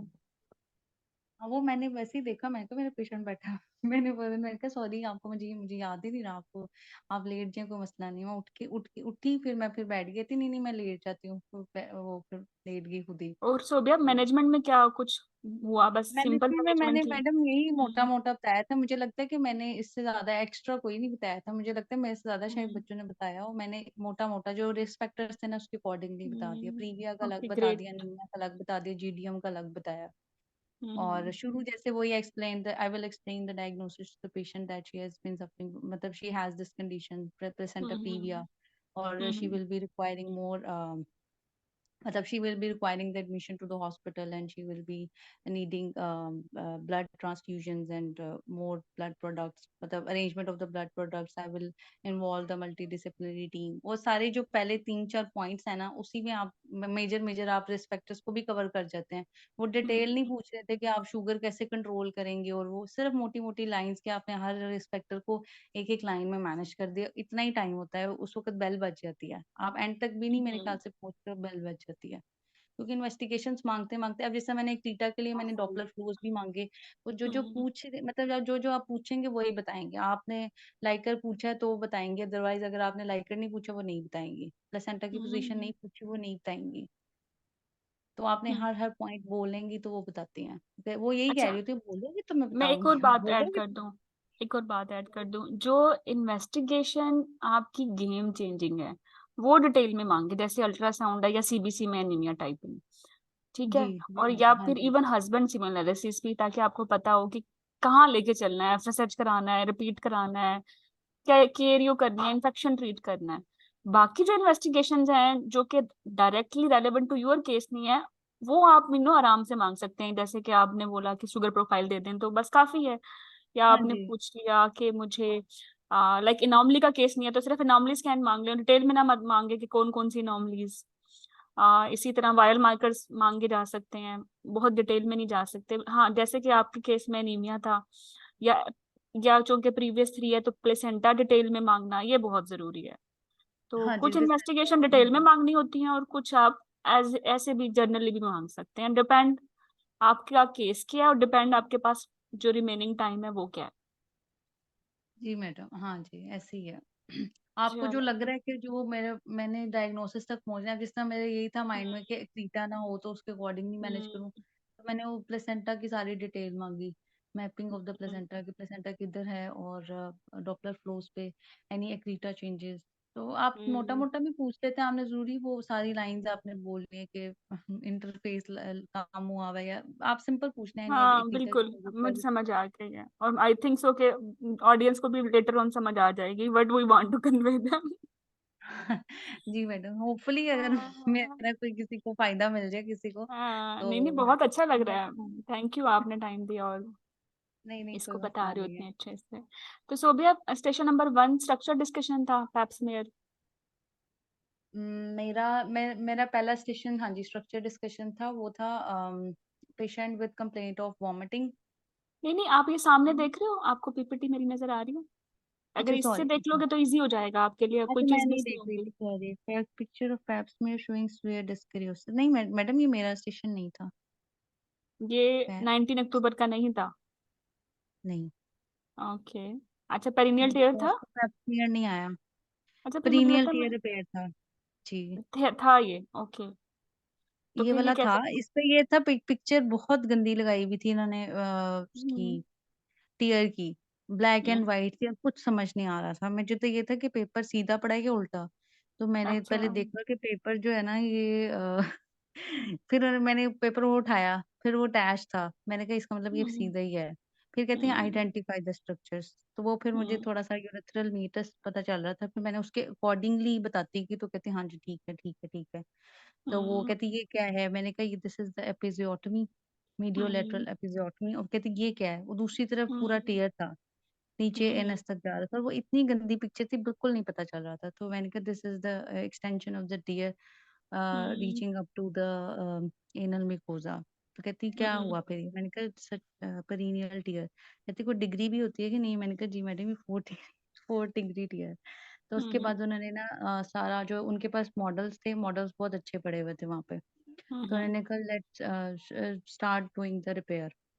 हम्म उन्होंने सारा रिपेयर करवाया। एनल म्यूकोजा पहले स्टिच करवाया, वो स्टिच ले रही थी प्रॉपरली। एक मैं हम्म स्टिच करती थी, फिर वो खोलती थी, फिर कहती थी अब सेकंड करके देखें, और फिर वो आइडेंटिफाई भी करवा रही थी कि कैसे पता चलेगा ये इंटरनल एनल हम्म स्फिंक्टर है, ये एक्सटर्नल एनल एनल स्फिंक्टर है। तो पूछना चाह रही हम्म थी कि वाइट ग्लिसनिंग सा, मैंने कहा ये हम्म स्ट्रक्चर होता है between the anal mucosa and the external anal sphincter. और फिर जो हम्म एक्सटर्नल एनल स्फिंक्टर था, वो कहते ये कैसे आइडेंटिफाई करोगे? मैंने कहा that would be red fleshy mass. तो कहते हैं अच्छा हम्म ठीक है, फिर ये कैसे रिपेयर करोगी? फिर उसके दोनों उन्होंने तरीके पूछे और दोनों मैंने स्टिच करके दिखाए। वो ओवरलैप जो भी है, और एंड टू हाँ जी, एंड। ओवरलैप, हाँ जी, मेरा नाम ही उस वक़्त भूल गया। मैंने कहा मैडम 1 मिनट रुकिए, मुझे नाम नहीं आ रहा। फिर मुझे याद आ गया, मैंने कहा एक होता है एंड टू एंड रिपेयर और एक ओवरलैप टेक्नीक। तो उन्होंने ओवरलैप भी करवाई और दूसरी भी करवाई, मैंने स्टिच करके दिखाए। फिर उसके बाद कहती हैं हम्म आप क्या करोगी? फिर मैंने उसको उनको कहा कि ये I will stitch the vaginal mucosa, फिर then the muscular layer hmm and then the skin. फिर वो हम्म स्टिच करती जाओ, फिर थोड़ा-थोड़ा वो एक-एक स्टिच करवाती गई। हम्म फिर उनका मॉडल इस तरह था कि वो बिल्कुल जब उन्होंने बंद किया तो वो बिल्कुल स्टिच होके बिल्कुल नीट एंड क्लीन हो। मैंने कहा अच्छा ठीक है भाई, ये तो बिल्कुल। अच्छा अब फिर मॉडल उसके था। बाद आगे क्वेश्चंस, हाँ जी मॉडल अच्छा था। और उसके बाद उन्होंने कुछ क्वेश्चंस किए कि सबसे पहला वैसे मेरा क्वेश्चन ये था, what are the principles of management of the steer, hmm. Stitch कराने से पहले। तो वो मैंने यही बताया था कि this tear is stitched by the consultant और the senior senior hmm. Clinician, मतलब वो जो ट्रेन क्लिनिशियन करेगा। और हम्म। That will be repaired in the theatre in the presence of the anaesthetist. और हम्म। कहते हैं हाँ जी ठीक है। फिर वो प्राइमरी रिपेयर और डिलेड रिपेयर पूछ रही थी। फिर उसके बाद एंड पे क्वेश्चंस रिपेयर करने के बाद पूछे थे कि what will be the next mode of delivery for this hmm. Patient. So I said, depends. It depends upon the patient symptoms. If the patient is asymptomatic, I will guide the patient for the normal vaginal delivery. फिर कहती हैं फिर अगर ना हुआ तो क्या क्या होगा। तो फिर मैंने कहा कि अगर उसकी मैनोमेट्री फाइंडिंग्स या पेशेंट सिम्टोमेटिक हुआ, देन पेशेंट जो है वो हम उसको काउंसल करेंगे फॉर द इलेक्टिव सेक्शन। यहाँ पे फिर मेरी हम्म। बेल बज गई थी। मतलब एंड पे उनके क्वेश्चंस थे। ये बात मैंने नोट की, हर हम्म। स्टेशन पे इनके क्वेश्चंस थे कि अगर और आप सेशन। टीआरपी स्टिच पे लगे रहते तो ये क्वेश्चंस फिर उन्होंने पूछे हुए रखे थे, उनके मार्क्स लग रहे थे मतलब। हम्म। ये बात मैंने नोट की थी कि एंड तक थे क्वेश्चंस। और सेशन 3 जो आपकी स्क्रीन पे नजर आ रहा है, patient married for 6 months presented with warts, ये था? नहीं, वार्ड्स का नहीं था। व्हाट्स एंड डिस्चार्ज डिस्चार्ज वो का तो कुछ, नहीं, ये मैडम ये वाला नहीं था। या कुछ ऐसा हो कि जिसपे आपने बात करनी हो, लो ग्रेड डिस्क्रियोसिस रोल कुछ प्लेयर ऐसा? के साथ मैडम मेरे पास दो थे। एक तो कॉपर आईयूसीडी इन था ना सिटू, और हम्म। पेशेंट का थ्रेड नहीं मिल रहा था, वहां से प्रोसीड करना था। मैं उसमें कुछ अपनी डिफरेंट तो नहीं निकाल दिया? अच्छा, मुझे जैसे देख के बताओ कि आपके डे के स्टेशन हैं। एक तो वार्ड्स का है, एक है पोस्ट मेनोपाजल 10 years से, अच्छा ये क्लिनिकल है, ये तो रहने दो। अच्छा एक था, ये भी क्लिनिकल है, ये भी रहने दो। एक था आपका सेप्सिस, नहीं ये नहीं है। सेप्सिस नहीं था? नहीं मैडम ये अच्छा, नहीं है। ये डिफरेंट तो नहीं हो गए? अ, 19 मैडम, ये आपका मॉर्निंग 19 में अक्टूबर है। हाँ मेरा अच्छा, ये 19। भी पॉसिबल है कि शायद मॉर्निंग इवनिंग का फर्क हो। चलें, आप मुझे अपने बता दें। मैडम आ, मेरा सबसे पहला था पेशेंट 8 वीक्स प्रेग्नेंट थी। Primi hmm. ग्रेविडा ही थी। Primi gravida patient 8 weeks pregnant and complaint of vomiting and irritability. हम्म। इतनी ही कंप्लेंट, बस इतना ही लिखा हुआ था, और शायद कुछ लिखा हो लेकिन इतना ही था। फिर वो सारा जो वॉमिटिंग की डिटेल्स हम्म। पूछनी थी, और जो वो हम्म। आपने जो हमें स्टेशन करवाया हुआ था हाइपरएमेसिस ग्रेविडेरम, उसमें जो सारे हम्म। पॉइंट्स रूल आउट करने थे थायराइड के, और वो सारे क्वेश्चंस पूछते गए, has the patient complaint of this this, वो बोले जाएं तो वो बताती जाती हैं। तो वो फिर मैंने जब फैमिली हम्म। हिस्ट्री या उसकी पर्सनल हिस्ट्री में मैंने पूछा any history of thyroid disorder, तो कहती हैं जी इसको थायराइड है। और मैंने ये भी पूछा हम्म। था कि इसको ये कंप्लेंट जो है वो शादी से पहले भी थी कि नहीं, मतलब has she been experiencing this complaint before the marriage और नॉट। तो इसके तो ये साथ थायराइड मतलब क्राइसिस वाला केस था? हाँ जी थायराइड, थायरोटॉक्सिकोसिस। हम्म। क्राइसिस नहीं था उसका, अच्छा, टॉक्सिकोसिस था। पेशेंट स्टेबल थी उस वक्त। वैसे ही वो ना उसके मैंने फिर सिम्टम्स सारे पूछे कि हम्म। आई साइंस, और वो जब एग्जामिनेशन पे मैंने पूछा ना कि क्या क्या हम्म। फाइंडिंग्स है, थायराइड स्वेलिंग, वो उस पे थायराइड हम्म। स्वेलिंग पॉजिटिव थी, और वो कही थी कि आई साइंस पॉजिटिव हैं। और पेशेंट जो है वो नॉन कंप्लाइंट थी, शी वाज टेकिंग कार्बिमाजोल। हम्म। आपके इसी में 6-7-6 मिनट तो इसी पे हो जाते हैं। फिर आपने मैनेजमेंट तो ही सुनानी होती है, आपने बस ये हिस्ट्री पॉइंट्स बोलते जाएं, वो आप उस वक्त रूल आउट करते जाएं कि क्या क्या फाइंडिंग है। तो फिर मैंने यही बताया था पेशेंट हैज हाइपर थायरॉयडिज्म, और हम्म। उसकी मैनेजमेंट फिर मैंने सुना दी थी कि उसके फ्रीक्वेंट एंटीनेटल विजिट होंगे। थायराइड फंक्शन टेस्ट भी मांगे थे, उसके डी रेंज थे। उसका हम्म। T4 काफी ज्यादा था, पता नहीं कितना था हम्म। लेकिन काफी ज्यादा था, बाकी ठीक थे। TSH भी लो था। इसके ओके, अलावा नेक्स्ट में हम्म क्या था? ये ठीक था, मतलब ये स्टेशन सही था। इसमें वो बेसिकली पूछना चाह रहे थे कि आपने कार्बिमाजोल को स्विच कराना है प्रोपाइल हम्म। थायोउरेसिल से ना। वो ये पूछना चाह रही थी, जो बच्चे खुद से नहीं बता रहे थे, तो मेरे ख्याल से वो कह रही थी कि आप स्विच नहीं कराएंगी इस तरह। हम्म। और हम्म।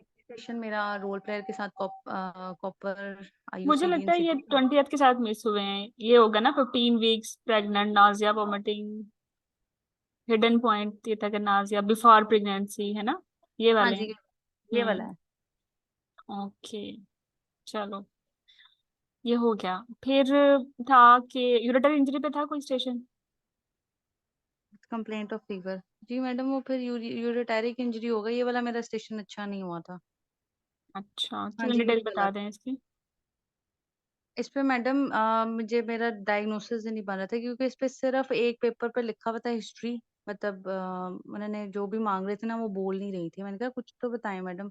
उस पे सिर्फ हम्म। यही लिखा था कि ट्विन डिलीवरी है, और उसका जो है ना प्री हम्म। एक्लैम्सिया था। प्री हम्म। एक्लैम्सिया के साथ हाँ जी, TLC 16, 2.5 एंड 6.1, ये नहीं था। लेकिन ये ऐसे ही था, emergency section due to twin delivery. और उसके बाद जो है ना फीवर है, फीवर की वो जो आपने ऊपर से हेड हेड टू टो आपने क्वेश्चंस करने थे वो सारे पूछे। हम्म। मास्टाइटिस तो नहीं है, वो सारे क्वेश्चंस जो होते हैं, UTI और वो सारे। एग्जामिनेशन हम्म। पे भी मैंने सारा बताया कि मैं ऐसे ऐसे एग्जामिन करूंगी, लेकिन जब उन्होंने हम्म। पेपर रख दिया ना, कहते हैं यही इन्वेस्टिगेशंस हैं। तो हम्म। इन्वेस्टिगेशंस में था किसी ने शेयर भी किया हुआ था वो, मेरे ख्याल से आपके ग्रुप पे। हाँ, डॉक्टर जूबिया ने किया होगा डिटेल में, लेकिन हम वो था आपसे कि सुनेंगे डिटेल। 6 आवर्स के बाद थी, और एक शायद 12 आवर्स, मतलब गैप था। और उसकी हम्म। ना एचपी में 8.8 से 8.4 थी। वो इतना सिग्निफिकेंट नहीं था, क्योंकि 8.8 से 8.4 हुई थी। और हम्म। बाकी सेम था। और उसमें TLC थोड़ा ज्यादा हुआ था, और प्लेटलेट काउंट जो है वो फॉल कर रहे थे। प्लेटलेट हम्म। काउंट फॉल कर रहे थे, और क्रिएटिनिन जो था ना वो राइज कर रहा था। हम्म। मिली ठीक है। मोल्स में कोई वैल्यूज दी हुई थी, 60 से शायद 80 हो रहा था, कुछ इस तरह था। हम्म। अब जैसे हम नॉर्मली क्रिएटिनिन के लेवल्स देखते हैं ना, वो वाले लेवल्स नहीं थे, बंदा कंफ्यूज हो जाता था मिली कि मोल मेरे, अच्छा नॉर्मल लेवल्स भी नहीं दिए हुए थे? नॉर्मल लेवल्स भी नहीं दिए हुए थे। और कोई ऐसा सिग्निफिकेंट नहीं था, हम्म। सिर्फ HP 8.8 से, मतलब बंदा कहे कि कोई मैस है, कोई अल्ट्रासाउंड, कुछ हम्म। भी नहीं है, कुछ भी नहीं था। कोई अल्ट्रासाउंड नहीं था। मैंने ओके, पेशेंट का ओके। यूरिन आउटपुट पूछा कि यूरिन आउटपुट क्या है मैडम, वो बता दें। हम्म। तो कहते ही नहीं, आपके सामने ये पेपर है, यही है, आप अगर इससे बना सकती हैं तो बना लें। मतलब वो कुछ हम्म। भी नहीं दे इस पे, वो वाकई कुछ नहीं देगी थी, और मैं ये तो फिर वाकई मुश्किल कंफ्यूज नहीं हो हो गई। जाएगा? नॉर्मल वैल्यूज भी फिर याद करनी चाहिए आने वाले बच्चों को, हाँ जी वो मैडम, भी वो जो डिफरेंट सिंपल यूनिट्स होती है में। ना कि क्रिएटिनिन 1 से कम होना चाहिए, हम्म। हमने तो 1 वाला ही मुझे हाँ। पता था कि पॉइंट्स में होना चाहिए। तो वो 80s और 60s में दिए हुए थे, मैं को ये अच्छा, यूरिया लेकिन मेरी बात सुनो, मिली मोल में भी 120 मिली मोल होता है रेटिनिल, तो ये 6 कौन सा 60 से यूनिट फिर है? 80 था शायद। आई डोंट नो, पता नहीं, वो रेज वो बट सिग्निफिकेंट पता चल बट रहा था एनी कि वेट सिर्फ वाज वो raise. Raise. It okay. Was raise, हाँ जी, बाकी सारे सेम फाइंडिंग्स थी। एक HB 8.8 से 8.4 हुई थी, TLC हम्म। बढ़ रहा था, और प्लेटलेट काउंट फॉल कर रहे थे, और क्रिएटिनिन रेज कर रहे थे। इसके अलावा उन्होंने आप कुछ कुछ पूछ रहे थे ना कि BP बता दे पेशेंट हम्म। का, मैडम ये बता दें, ये बता दें, नहीं बता रही थी। वो पेपर हम्म। सामने रखा था बस। उसके अच्छा। ऊपर मैं वाकई कंफ्यूज हो गई। मैंने कहा शायद ये कोई ब्लैडर, कोई इतना वो सिग्निफिकेंट वो भी नहीं था अच्छा, कि। सिर्फ ये पेशेंट पोस्ट ऑपरेटिव है, 1 दिन के बाद, और fever, this is the opening sentence? जी, सिर्फ ये था लिखा हुआ। और तो उसके ये तो बाद उन्होंने पोस्टमार्टम एक पायरेक्सिया पेपर, के तो कोई हजारों डीडीज हैं, सारे एक्सक्लूड करो फिर। ब्रेस्ट, वो की थी एंडोमेट्राइटिस, उन्होंने मैडम। एवरीथिंग। एक पेपर छोटा सा दो पेपर पकड़ाए ना। एक पे उसकी थी कि emergency section was done due to twin pregnancy with pre eclampsia. और ये था ड्यू टू शायद फीटल डिस्ट्रेस की वजह से इसका इमरजेंसी सेक्शन हुआ था। और उसके हम्म। ऊपर लिखा हुआ था, उसके ऊपर कोई इतनी सिग्निफिकेंट नहीं थी कि उन्होंने सेक्शन फाइंडिंग्स दी हुई थी, पर ऑपरेटिव हम्म। फाइंडिंग्स। वो एज ठीक थी। सच उस पर कोई नहीं था कि कोई आप सस्पेक्ट करें कोई ब्लैडर इंजरी, कोई यूरिटैरिक इंजरी। मुझे तो यही था कि अब हीमाटोमा भी बंदा सस्पेक्ट करे कि 8.8 से 8 पॉइंट या 10 से अगर HB 8 जा रही है, तो बंदा कहे कि अच्छा तो अंदर। ये प्राइमी थी, प्राइमी थी।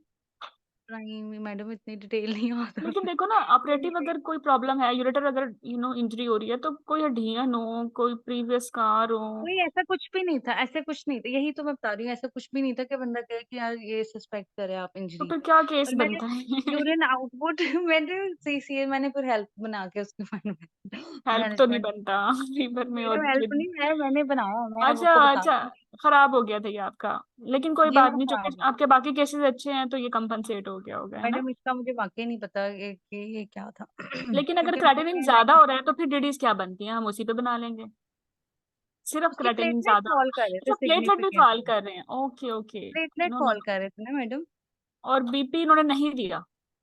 बीपी भी नहीं दिया, यूरिन आउटपुट भी नहीं दिया था। मैंने मैडम से पूछा, मैंने कहा मैडम हम्म इसका यूरिन आउटपुट मुझे बता दें उसके अकॉर्डिंगली। वो नहीं हम्म। लिखा हुआ था और कहती आपके सामने यही है, अगर आप इसको देख सकते हैं देख के बता दें क्या करना है। उस पर मुझे कुछ नहीं समझ आ रही थी। वो सिर्फ मैं आपको बता रही हूँ तीन चीजें थी, 8.8 से 8.4 हो रही है, प्लेटलेट्स फॉल कर रहे हैं और क्रिएटिनिन रेज कर रहा है।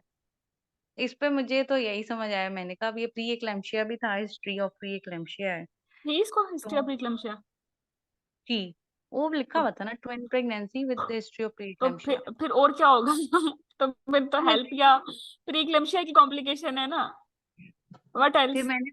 हाँ, मैंने फिर वो तो यही ये यही खराब नहीं बताया। है, ये खराब नहीं है, ये है ही actually hypertensive complications because of pregnancy. आप उनको जब वो बता रहे हैं प्रीक्लैम्प्टिक है तो फिर प्रीक्लैम्प्टिया की कॉम्प्लिकेशन और हेल्प वो भी उसमें मुझे जो उसी उन्होंने की। फाइंडिंग्स दी थी ना, मुझे सिर्फ वही क्लिक किया कि ये प्री एक्लेम्पशिया क्यों दिया हुआ हाँ है। सिर्फ बिल्कुल यही क्लिक किया। बिल्कुल फिर मैंने हेल्प से मैनेजमेंट की, हेल्प में। और उसके बाद जो है बिल्कुल, ना आई गॉट इट। आप इसको सही लेके चले, जिन्होंने यूरेटर इंजरी की है, जिन्होंने कुछ और किया है, वो सही नहीं रहे हैं, क्योंकि एक जब ऑपरेटिव फाइंडिंग्स दे दी हैं तो यूरेटर और ब्लीडिंग तो रूल आउट होगी, एचबी भी ड्रॉप नहीं कर रहा। ठीक है हाँ मैडम, तो। उन्होंने कहा था कि यही है और इसके अलावा होता तो हम आपको दे देते। मैंने अल्ट्रासाउंड मांगा मैडम, एनी और अगर अल्ट्रासाउंड। कोई चीज नहीं दे रहे, आउटपुट नहीं दे रहे, तो ठीक है, यूरेटर वैसे भी चला गया एक्यूट किडनी इंजरी, मैडम यही हाइड्रेशन भी चली गई। मुझे यही माइंड में था कि ये यूरेटारिक इंजरी है, ब्लैडर इंजरी है, उसमें यूरिन आउटपुट तो देंगे हाँ, शायद, थोड़ी सा आइडिया हो वो जाए। नहीं दिया, नहीं नहीं, लेकिन this was actually preeclampsia complication. No, it is not ureter injury. I am with you that complication. मुझे नहीं पता मैडम, बाकी मुझे तो मैं मिस गाइड ना कर रही हूँ, I don't know no no no, seriously. बाकी बच्चों ने देखो नहीं हेल्प देखो, बनाया है, अब यू किसी यू ने आर नहीं बनाया कंसल्टेंट था। नाउ। अगर तुम अपना पेशेंट ट्रीट करोगी तो तुम बनाओगी उसको ऐसे, यही हाँ करोगी जी ना जो मैडम। करके आई हो।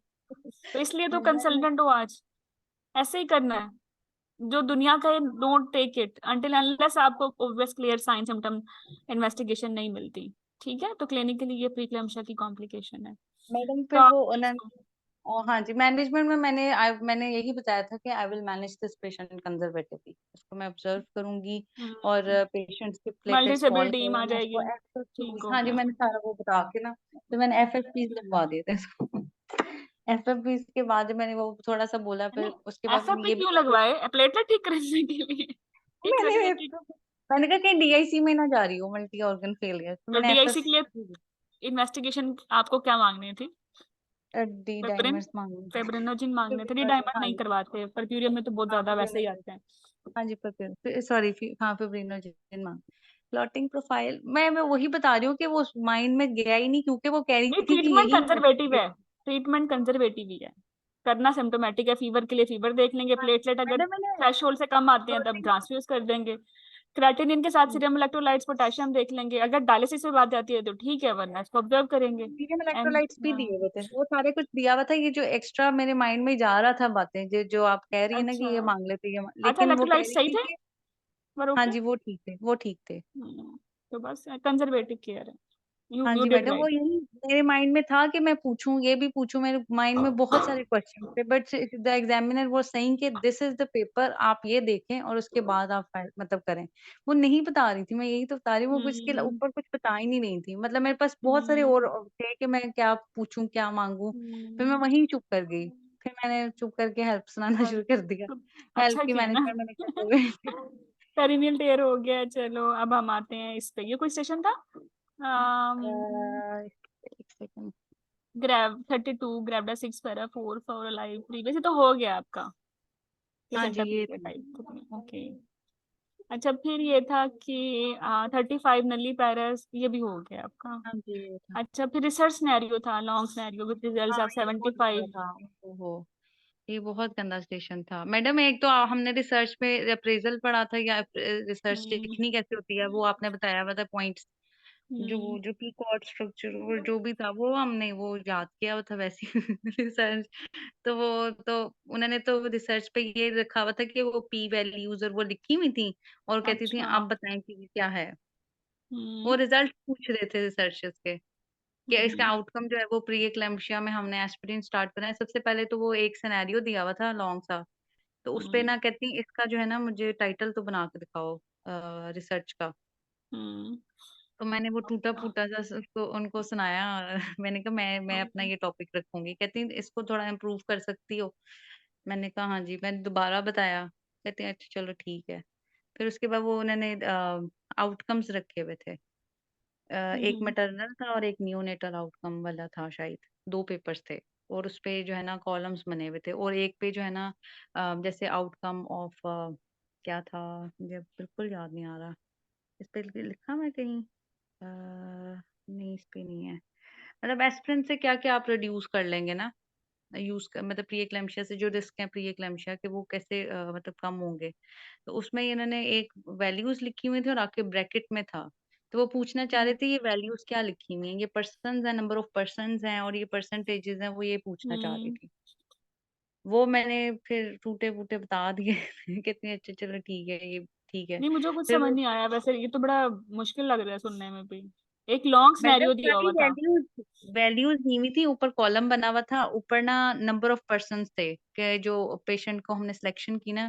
कहती क्या करोगी, मैंने कहा ये रैंडमाइज्ड कंट्रोल ट्रायल के थ्रू जो है ना मैं रिसर्च करूंगी। और फिर उसके बाद कैसे सिलेक्शन करोगी। मैंने कहा मैडम ग्रुप्स बनाऊंगी, एक पेशेंट को एस्पिरिन दी जाएगी और एक को नहीं दी जाएगी, और एक जो दूसरे हैं जिनको नहीं दी जाएगी उनको हम प्लेसिबो भी दे सकते हैं। अच्छा चलो ठीक है। फिर उसके बाद उन्होंने ये वाला पेपर रख दिया जो इस पे वैल्यूज लिखी हुई थी। उसमें जो है ना एक ग्रुप को जो है वो दी गई थी एस्पिरिन और एक को नहीं दी गई थी, और टोटल नंबर ऑफ पर्सन्स लिखे हुए थे ऊपर 178 कितने भी थे, और दूसरे में भी लिखे हुए थे और ब्रैकेट में कुछ लिखा हुआ था। तो उस नीचे जो जितने भी आउटकम्स थे ना उनकी वैल्यूज लिखी हुई थी और ब्रैकेट में परसेंटेजेस लिखी हुई थी और आगे पी वैल्यूज लिखी हुई थी। अब वो तो मेरे को कभी भी नहीं पता था कि रिसर्च कैसे पढ़नी है या कैसे करना है। वो तब वो मैंने वही साइनॉप्सिस जो यार अपनी रिसर्च का था थोड़ा बहुत मुझे आइडिया, उसी से मैंने बना के कि ये नंबर ऑफ पर्सन्स हैं, ये परसेंटेजेस निकाली हैं। और पी वैल्यू मुझे ये याद था कि पॉइंट हम्म। 0.5 से पता नहीं लेस हो या पता नहीं ये हम्म। सिग्निफिकेंट होती है। वो पूछ रही थी पी वैल्यू कैसे। तो आप कहती हैं अब आपका इसमें फीडबैक बताओ। ये है कि रिसर्च एक पूरा आर्टिकल पढ़ाना चाहिए कमिंग बैच को, और उसमें वैल्यूज, पी वैल्यू नॉर्मल थोड़ा है या सा मोटा 0.5 से मोटा, हाँ ज्यादा है, जी। कम है तो क्या होगा, स्टडीज का हाँ पैटर्न जी, ये बताना थोड़ा चाहिए। सा मोटा मोटा के हम्म। मोटा मोटा जैसे जैसे फॉरेस्ट प्लॉट आप लोगों ने हम्म। पढ़ाया था, उसमें मोटा मोटे था कि कैसे पढ़ना आना चाहिए।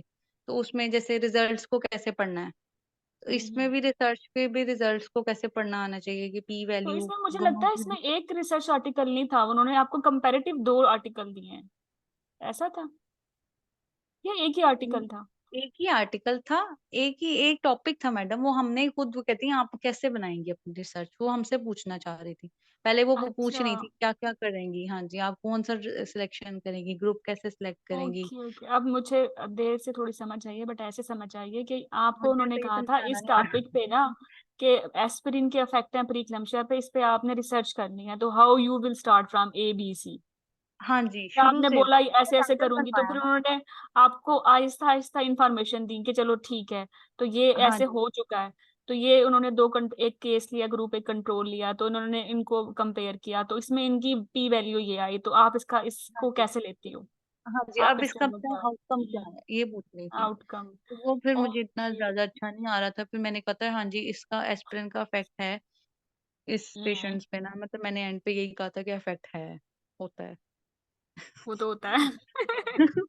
मैंने यही सोच के कि वो तो होता ही है। मैंने यही चलो, बता दिया। ये ट्रायल था ना, कौन सा ट्रायल था एस्पिरिन का? मुझे तो खुद भूल गया नाम इस मैंने ट्रायल मैंने का। ट्रायल्स मुझे ट्रायल्स का ही खौफ था कि मेरे पेपर में ट्रायल्स ना आए। नहीं, ये लोपिन का ट्रायल मेरे था, को जैसे प्रोटोक मैग्नीशियम का ट्रायल। मैगपाई ट्रायल था, तो लोपिन का भी था ट्रायल, पता नहीं, मुझे तो खुद भूल गया, लेकिन उसमें उन्होंने बोला था सेवेरिटी ऑफ हाइपरटेंशन भी कम होती है, और फीटल और न्यूबर्न इफेक्ट्स भी आते हैं, गुड इफेक्ट्स भी आते हैं, 2 इफेक्ट्स हैं एस्पिरिन के। हाँ जी, वो दोनों दिए हुए थे, दोनों पेपर्स पे एक न्यूनेटल आउटकम था और एक हम्म। मैटरनल आउटकम था। दोनों दिए हम्म। हुए थे। दोनों में बताना था कि इसमें क्या क्या इफेक्ट आया, इस पे इफेक्ट हम्म। आया है कि नहीं आया। वो इतनी लंबी लिस्ट थी हर आउटकम की। तो ये हो गया था 10 मिनट में, मतलब 12 में से 10 ही मिनट होते हैं ना परफॉर्म करने के लिए, हो गया था आराम से मैंने मतलब। में तो बहुत जल्दी हो गया था क्योंकि आ ही नहीं रहा था। मैं तो चुप करके ओके। बैठ गई थी। मैं चाह रही थी वो, मैं तो सोच सोच के मैंने फिर ओके, खत्म मैं हो गई, गॉट मैंने इट। कह रही लेकिन खत्म हाँ, हो गई। ये थोड़ा है लास्ट, जो मैं मुझे ये लगता है ना, मतलब मैं ये पॉडकास्ट से हमें भी फायदा होगा कि एक तो एंग्री पेशेंट के और रिस्क मैनेजमेंट के केसेस भी ज्यादा करवाने चाहिए, including the research one for FCPS, and obviously MS में भी ये सब चीजें आती हैं। मैडम मेरा तो रिसर्च वाला आया, मैंने कहा शुक्र है रिस्क मैनेजमेंट नहीं आएगा। 2 स्टेशन के बाद रिस्क मैनेजमेंट वाला भी बैठा हुआ था, मैंने कहा यार ये क्या मजाक है। चलो ये आगे तो चलते हैं। तो 60 year old came with PMB detail history लो, ऐसा था कुछ? हाँ जी, ये है था, ये इजी था स्टेशन। ओके। इसमें पोस्ट इसमें मीनो, थिकनेस। आपको पता ही था, हम्म। आपने सारे वो हम्म। मीनोपॉजल के सिम्टम्स पूछने थे। और हम्म। मैंने ये पूछा कि ब्रेस्ट कैंसर के लिए उसकी कोई मेस्टेक्टमी या कौन सी ट्रीटमेंट हुई थी। हम्म। और वो कह रही थी कोई टमोक्सिफिन। ड्रग ले रही है, तो मैंने ये एज्यूम किया कि हम्म। टमोक्सिफिन ले रही होगी। तो फिर मैंने हम्म। उससे पूछा intermenstrual bleeding, post coital bleeding, is it provoked, non provoked. और सारा वो जो आपने यार जैसे उन्होंने फिगो 2023 तो नहीं पूछी? नहीं नहीं शुक्र। मैडम, वो तो इतनी ही थी, मतलब मैंने ना पहले हिस्ट्री के सारे पॉइंट्स बता दिए। वो कहती चलो सुना दो, फिर उसके बाद ना मैं तुम्हें बताती हूँ फाइंडिंग्स क्या हैं। मैंने जो जो हम्म। पूछना था वो मैंने बोला। तो मैंने कहा हम्म। शुड आई प्रोसीड मैडम, कुछ मतलब ऐसे। हम्म। कहती हम्म। अच्छा बस तुम्हारा हो गया, चलो फीगो हम्म। बताओ। मैंने कहा मैडम मैं how can I tell you FIGO only on based on. कहती तो फिर पूछो ना, यही तो मैं कह रही, पूछो ना। वो ये कहती पूछो, मैं मेरी मुझे समझ नहीं आई थी वो, मतलब इतने वो सारे गुस्से में बैठे हुए थे। उन्होंने दीवार की तरफ मुंह किया, उसे यकीन माने। और मैं कैसे बंदा पूछे कि आप कैसे फीगो मांगे, कैसे सुनाए।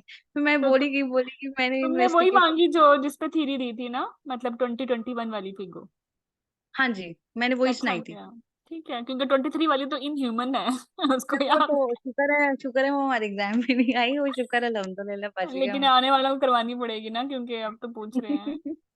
चलो करा आई ना, देंगे। बाकी वो बहुत गंदी है। अच्छा लग रहा है ना पास बाकी होके? आप मेरी अल्हम्दुलिल्लाह करनी शुक्र है? है। नहीं उसका करनी मेरे है ख्याल आप से मेरी? मैडम 1B बन पेशेंट भी रहा था ट्रीट वो करनी सारा। है? जी जी मैडम। पेशेंट तो आएंगे ना, कर लेना नई वाली भी। हाँ जी, इंशाल्लाह इंशाल्लाह, अल्लाह खैर करे। बाकी ये वाला हॉट, हाँ जी ये बहुत गंदा था, ये वाला सिनेरियो भी बहुत गंदा था। क्यों? क्योंकि ना इस पे ना सारा कुछ ठीक दी जा रही थी वो, मतलब को समझ कुछ नहीं था इसकी ट्वेंटी हिस्ट्री फाइव में। Year old heart flashes vaginal dryness, तो ये तो है ओवेरियन इनसफिशिएंसी है हॉट ना? फ्लैशेस मैडम, हॉट फ्लैशेस नहीं थे, सिर्फ डिस्परूनिया की कंप्लेंट थी और इनफर्टिलिटी। हॉट है? फ्लैशेस, हाँ जी। अच्छा। नहीं दिए थे। इस पे आपको सिर्फ बोला था वजाइनल सिर्फ ड्राइनेस, डिस्फ्रोनिया। ओके। डिस्प्रोनिया था, और पेशेंट को इन डिफिकल्टी इन कंसीविंग। समझ आ गई, बाद में हिडन पॉइंट्स होंगे कि हार्ट फ्लशेज हिडन आप पॉइंट पूछो। है कि वजाइनल हाँ। ड्राइनेस की हमने खुद पूछना था, ये हॉट फ्लशेस, नाइट स्वेट्स, ये खुद पूछना था। और हम्म। फिर मैंने इसकी एज ऑफ मिनार्की से शुरू किया था कि एज ऑफ मिनार्की क्या थी। उसके बाद ये कहती हैं कि ये ओनली विड्रॉल ब्लीड पे ही है since age of menarche. Okay मतलब ओके। उसमें रेगुलर ब्लीड ही नहीं किया, उससे इरेगुलर मेंस्ट्रुअल पीरियड्स थे। फिर मैंने सबसे पहले, अच्छा इन्होंने क्वेश्चन भी नहीं, सिर्फ लिखा हुआ था सॉरी इनफर्टिलिटी भी मे बी ना हो, इरेगुलर साइकिल एंड डिस्परूनिया, शायद ये हम्म। था, मुझे एग्जैक्टली याद नहीं, क्योंकि बीच में हिडन इनफर्टिलिटी भी था। और अच्छा नहीं, इसमें देखो ना इन्होंने अगर डायरेक्ट, इरेगुलर साइकिल देते हैं ना, तो फिर तो ये इसकी डीडी बनती है। स्किप साइकिल्स, इरेगुलर साइकिल्स, उसमें हाँ जी बनता स्किप है साइकिल या कुछ इस तरह, इनसफिशिएंसी। हाँ जी। तो मैडम इसमें ना उन्होंने डायरेक्ट ये सिनेरियो बस ये था, उसके बाद डायरेक्ट उन्होंने कोई क्वेश्चन नहीं, उन्होंने कहा था डीडीज बनाओ अपने। हम्म। तो वो फिर वो पीसीओएस से बनाना शुरू किया, पीसीओएस हो सकता है, और हम्म। फिर वो एंडोक्राइन कॉजेज हो सकते हैं, हाइपरप्लेक्टिनीमिया, हम्म। हाइपोथायराइडिज्म, वो सारे बताए। फिर कहती वैसे बस देखो, इतने। इरेगुलर साइकिल और डिस्प्रोनिया में हम क्या सोचेंगे वैसे? यूट्राइन एनोमलीज भी आएंगी दिमाग में थोड़ी थोड़ी, है ना, इनफर्टिलिटी को हाँ देख के। और लेकिन सुपरफिशियल डिस्प्रोनिया रेगुलर साइकिल के साथ इनसफिशिएंसी आएगी। मैडम उसपे सबसे पहले देखते लग रहा था कि शायद इसको पीसीओएस है, मुझे देखते ही लगा कि ये हाँ, पीसीओएस का सिनेरियो है। मुझे भी यही है। एंडोक्राइन इश्यूज आ रहे हैं और फिर आ रहे हैं डिस्प्रोनिया, अगर डीप है तो यूट्राइन एनोमलीज की तरफ जाएंगे, वरना हम्म, एंडोक्राइन इश्यूज है। और एंडोक्राइन में भी तीन ही टाइप होंगे ना, नॉर्मल एफएसएच, लो एफएसएच, हाई एफएसएच। हाँ जी जी तो जी। डिस्प्रोनिया की डिटेल पूछ लेंगे तो फिर इजी हो जाएगा। हम्म। हाँ जी और मैडम इसमें ये था कि पहले जब आप रेगुलर मतलब साइकिल की हिस्ट्री लेते हैं ना, उससे आपको लग रहा था कि शायद ये पीसीओएस है या फिर ओलिगोमेनोरिया डिस्मेनोर्हिया। इरेगुलर, हाँ जी, सही वो सही। वही आ रहा था, कहती वो बीट करते। फिर एज ऑफ मिनार्की से पूछा ना, तो कहती सिंस शी हैज बीन मतलब ऑन विड्रॉल ब्लीड। तो वो कहती थी मैंने कहा कौन सी मेडिकेशन लेती है, ओसीपीज लेती थी और फिर 5 दिन के लिए लेती थी, फिर ब्लीड करती थी, सारे डिटेल। फिर जब मैंने इनसे यार पूछा एक हॉट मिनट फ्लश। सोबिया, ओसीपीस 5 दिनों के लिए कौन खाता है कि विथड्रॉल ब्लीड हो जाए? वो तो प्रोजेस्टेरॉन है, वो तो फिर हम जाएंगे उसकी मैंने तरफ, उनसे पीसीओ की पूछा, तरफ। मैंने कहा प्राइमेलू 10 खाती है, कुछ इस तरह ही हुआ, कहती हम्म। ऑरल कॉन्ट्रासेप्टिव थे। अच्छा, इतना ओरल डिटेल नहीं पता। कॉन्ट्रासेप्टिव 5 दिन से खा के? ये तो नहीं विड्रॉल है। ब्लीड पे 2-3 महीने लेती थी, मतलब उनका कहने का मेरे ख्याल से शायद मैंने पूछना चाहा कि वो प्राइमेलू 10 खा रही है। अच्छा, अब उन्होंने हम डिटेल नहीं नेक्स्ट बताई अटेम्प्ट कि के बच्चे पता कैसे पूछेंगे? क्योंकि withdrawal bleed is very important to for PCO and for insufficiency. अगर पेशेंट प्रोजेस्टेरॉन पे ब्लीड करता है तो ये इसका मतलब एफएसएच ठीक है, और ये प्रोलिफरेटिव एंडोमेट्रियम है और ये पीसीओ की तरफ जाएगा। अगर पेशेंट विड्रॉल ब्लीड करता है आफ्टर टेकिंग कंबाइंड पिल जिसमें एस्ट्रोजन भी है, तो this is just like HRT, और ये हाई एफएसएच की तरफ जाएगा, फिर बनेगा इंसफिशियंसी। तो नंबर ऑफ डेज जरूरी है, 10 दिन है तो विथड्रॉल ब्लीड जो 10 दिन के बाद होती है आफ्टर टेकिंग हार्मोन, वो पीसीओ की तरफ, और जो 21 डेज खाती हैं वो फिर जाएंगी इनसफिशियंसी की तरफ। इंफॉर्मेशन। हाँ जी, मुझे अब एग्जैक्टली मे बी शायद मैं मिस ना कर रही हूँ कि कितने डेज बताए या डेज एग्जैक्टली बताए ही नहीं। लेकिन उन्होंने ये कहा हम्म। था कि विड्रॉल ब्लीड है और ओसीपीज लेती है। ओसीपीज ठीक पे है। मुझे बहुत ब्लर है इस टाइम, मुझे याद नहीं है एग्जैक्टली। लेकिन उसके हम्म। अलावा उन्होंने यही बताया था कि मैंने उसकी age of menopause of her sister और मदर भी पूछा, कितनी hmm. She is bleeding hmm. मतलब हम्म। स्टिल। और एक और पॉइंट था कि हॉट फ्लशेस और नाइट स्वेट्स, जब उन्होंने बोला ना नॉट येट, हम्म। तो तब मैंने क्लिक किया कि नॉट येट क्यों कह रही है। मतलब उससे थोड़ा सा मुझे क्या कि दोनों में प्री ही मेच्योर हॉट फ्लैशेस होते हैं प्रेगनेंसी। ना, हाइपो में भी और हाइपर में भी, दोनों में एस्ट्रोजन कम है। लेकिन इसमें जो है ना एफएसएच और वो सारा कुछ ठीक था, एफएसएच इतना वो रेज तो कह रही नहीं है था। 1.2 था। 1.2 है, मतलब रेस नहीं है देखो। हाइपर और हाइपो में दोनों में हार्ट फ्लैशेस आएंगे ना। अच्छा, दूसरा जिस तरह थिक थिन होती है ना एंडोमेट्रियम हाइपर में, हाइपो में भी थिन होती है क्योंकि बैकग्राउंड पे तो कोई प्रोजेस्टेरॉन एस्ट्रोजन नहीं है। एस्ट्रोजन नहीं है, ठीक, सही। मैडम फिर वो तो इसका भी अच्छा, नहीं नहीं डायग्नोसिस नहीं नहीं एग्जैक्टली। नहीं यार, एक मिनट, फंस गए। ये जो हाइपो वाली होती है ना, ये नहीं करती है ब्लीड इवन ऑन विड्रॉल। नहीं करती, हाई, इनको तो रिप्लेसमेंट देनी पड़ेगी, गनाडोट्रोफिन्स देने पड़ेंगे फिर करेंगी। मैडम इस टाइम मुझे समझ नहीं आ। मुझे भी नहीं समझ आ रही, दो तीन चार चीजें मैडम बट इसमें आई। सिंपल एज मुझे तो जहाँ तक लगता है, जिस तरह उसने बताया था ना, मुझे ये सिनेरियो ना टर्नर मोज़ेक पर लग रहा था। अब आई डोंट नो टर्नर के म्यूजिक का एफएसएच की दिया था उन्होंने? एफएसएच दिया था, एफएसएच नॉर्मल था? था, नॉर्मल? एफएसएच था। ये 1 से भी 1 था या 1 से कम था, मतलब कम था। मतलब तो मैं फिर तो ये एक्सपेक्ट कर रही हाइपो थी है, कि इसको कहीं फिर ये 40s में हाइपो है, होगा। फिर ये हाइपो है। हाँ, मैं भी, मुझे भी ये लगा टू बी वेरी, मैं तो खुश हो गई थी इनसफिशियंसी बनेगी। बाकी सारा सिनेरियो प्री मेच्योर इंसफिशियंसी की तरफ जा रहा हाँ। था। उसमें फिर मैंने एंड पे मुझे जब समझ नहीं आई ना, फिर मैंने कहा एएमएच, उसका हम्म। वो भी कम था, पॉइंट्स में था। फिर हम्म। मैंने कहा ये पेशेंट जो है ना वो, बस अच्छा, मैंने हम इस पर उसको। थोड़ा सा फिगर आउट कर लेते हैं, मुझे खुद भी फोगी माइंड हो रहा है कि ये जो कैलामान वाले हैं या ये हाइपो वाले हैं, इनका विथड्रॉल ब्लीड कैसे होगा? like how they will withdraw bleed on OCPs. हम्म। इनका तो ऊपर से सिग्नल नहीं ना। मैंने ये भी हम्म। पूछा था एनी हेडेक और ब्लरिंग ऑफ विजन के कोई वो तो नहीं है, कोई मैं ट्यूमर गूगल कर वगैरह रही है। हूँ। कैलामान syndrome will, कैसे बोलेंगे इसको? Respond to withdrawal bleed, madam उनको रिस्पॉन्ड। ग्रेनेडोट्रोपिन देंगे तो फिर वो करेगी हाँ मेरे ख्याल। लेकिन कोई बात नहीं, स्टूडेंट प्रोजेस्टेरॉन बाय प्रोडक्ट भी दे देंगे तो कर लेंगे ना, जैसे उन्होंने दिए हैं ओसीपी पूरा। हाँ जी, हाँ ये भी हो सकता है। लेट्स सी व्हाट बेसिकली तो गूगल उनके से। पास एस्ट्रोजन और प्रोजेस्टेरॉन नहीं ना है, वो तो आपने आउटसाइड से दे दिया तो फिर वो कर ही जाएंगे। हम्म।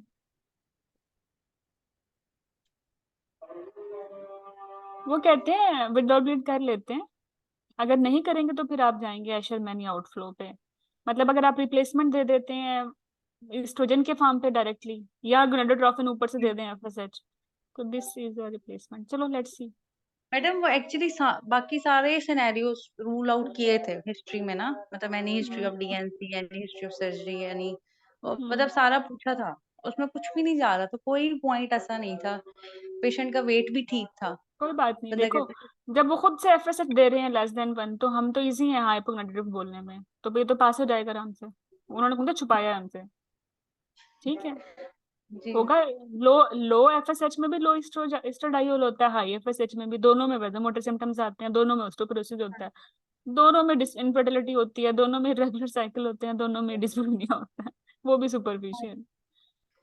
इसमें फिर ओके। मैंने EKT ही दिया था पेशेंट को। हाँ अच्छा किया, नहीं एचआरटी क्यों दिया, मतलब 25 पे इनफर्टिलिटी पे तो है ना। टास्क ढूंढे, केरोटाइपिंग उसका नहीं, AMH, हाँ केरियो जी, तो नहीं AMH बनती क्योंकि पॉइंट्स एफएसएच में में था। प्रोड्यूस है। AMH पॉइंट्स में था मैडम उसका। एमएच। काउंसलिंग करा के मैंने उसको यार क्योंकि मैं उसकी इसको वो, डिस्कस करती हूँ किसी और से भी, उल्टा दो मैडम ये चीजें मिक्स है। मैं आपको अपना बता रही हूँ कि मैंने उसको जो है ना manage on the line of premature ovarian insufficiency की लाइन पे मैनेज किया। हम्म फिर उसके बाद उन्होंने ये पूछा था कि लॉन्ग टर्म इम्प्लीकेशंस क्या हैं, तो वो ये पूछना चाह रहे थे ऑस्टियोपोरोसिस, और वो मैंने सब सब बताया, हम्म, तो कहते हैं अच्छा ठीक है। फिर वो मुझसे अच्छा। सीक्वेंशियल और कंबाइंड का भी पूछ रही थी कि कैसे कैसे दोगी, मतलब वो उसकी हम्म भी डिटेल मांग रही थी, HRT की भी। मैंने कहा फिर यही होगा फिर HRT का भी पूछ रही थी, और आगे लॉन्ग टर्म इम्प्लीकेशंस ऑफ इसकी ओवेरियन फेलियर की। अब ये मुझे एग्जैक्टली इसका डायग्नोसिस नहीं पता, मैं बता रही हूँ मेरे एक दो गंदे हुए थे। इसमें से एक ये था और एक वो था रिसर्च। और हम्म तीसरा मैंने आपको जो पहले एक सिनेरियो आया जिसमें मैंने आपको हेल्प बताया, वो मुझे लगा था कि वो मेरा बहुत गंदा हुआ है। मतलब हम्म सारे कोई और कह रहे थे और मैं सिर्फ हेल्प बना के आई थी। नहीं नहीं, हेल्प वाला तो मैं एग्री हूँ तुमसे, लेकिन ये वाला उल्टा सीधा सा है, इसको हम ऐसे कुछ अब यूनिक मुझे सी कलर मुझे दे इसका देते हैं। डायग्नोसिस मुझे बाद में शायद यही लगा, मैंने कहा I will repeat the FSH hmm again after 4 weeks and then hmm manage accordingly. Hmm, but ठीक नाउ, है, ये सेफ एग्जिट पॉइंट है कि रिपीट करके देखेंगे। हाँ जी, मैंने यही बोला, आई will repeat the FSH after 4 weeks, हम्म फिर उसके बाद accordingly I will decide the management. But right now I will give hmm hormonal replace. पहले लाइफस्टाइल मॉडिफिकेशन का मैंने बताया, फिर हम्म उसके बाद विटामिन डी और कैल्शियम सप्लीमेंट्स, वो मैंने सारा बताया। उसके बाद मैं जाके HRT एंड पे बोला, जो सारा हम्म लाइफस्टाइल मैनेजमेंट के बाद वो सुना के एंड पे HRT, मैंने कहा डायरेक्ट नहीं बोलना। फिर हार्मोनल, हम्म फिर वो सीक्वेंशियल कंबाइंड भी सुन रही थी कि अच्छा कैसे वो हम्म, देते हैं, वो कैसे देते हैं। फिर लॉन्ग टर्म इम्प्लीकेशंस जब उन्होंने पूछी, फिर कहती हैं अच्छा ठीक है, फिर तब बेल हो गई थी। सही। मतलब मुझे चलो लगता है कि चाहे मैं नेक्स्ट। चाहे गलत भी लेके गई हूँ, लेकिन मैं एंड तक हम्म ले गई हूँ, मुझे जहां तक फील नहीं होता है कि नहीं, मुझे लगता है रिपीट करवाने पे शायद ज्यादा आगे होंगे, ये बात बोलनी थी तो फिर तो एएमएच कम है, तो वो फिर टर्नर को, या लेट्स सपोज इनसफिशिएंसी को एक्सप्लेन करता है, और उसकी एक्सप्लेनेशन में मे बी टर्नर मुझे एक अच्छा टाइप आए। सॉरी मैडम, एक पॉइंट मुझे अब याद आया उसकी ना, सॉरी मैं आपको एक पॉइंट मिस करा रही हूँ यहाँ पे ना। उन्होंने एक बोला था, उन्होंने हम्म बोला था कि she has small uterus and small ovaries का साइज 1.1 into 1 into इतना ही दिया हुआ था, छोटा था। और हम्म यूट्रस का साइज भी जो है ना वो बहुत कम दिया था, मतलब नॉर्मली से कम दिया हुआ था। वहां पे मुझे थोड़ा सा शक गया था। हाँ ये देखे ना, all investigation except small uterus आपने लिखा हुआ है, ओवरीज लेकिन का साइज। लेकिन यूट्रस तो दोनों में होती है, हाइपर में भी और हाइपर में भी। ठीक है, और छोटी भी दोनों में हो सकती है, बिकॉज बाकी इसकी हार्मोनली सेकेंडरी इन्फ्लुएंस्ड सेक्सुअल नहीं है। करेक्टरिस्टिक्स भी पूछे थे, वो भी ठीक थे सारे। तो उसमें फिर तो फिर ये यही, हाइपर है, क्योंकि देखो हाइपो वाले तो ब्रेस्ट नहीं बनती हैं, लेकिन मैडम ओवेरियन हाइपर में फेलियर ये वालों भी की बन समझ में जाती आई हैं। थी कि हाइपर हम्म में जो है ना FSH पे रेज्ड होना चाहिए था ना। हाँ, यही कोई बात यही नहीं, तो रिपीट करा कंफ्यूजन लिया। थी। कोई बात नहीं, रिपीट करवा लिया ना, क्योंकि हमारी चीजें मिल नहीं रही, तो हम रिपीट करवा हाँ जी, लेंगे, ब्रेस्ट थी उसकी, बाकी ठीक था।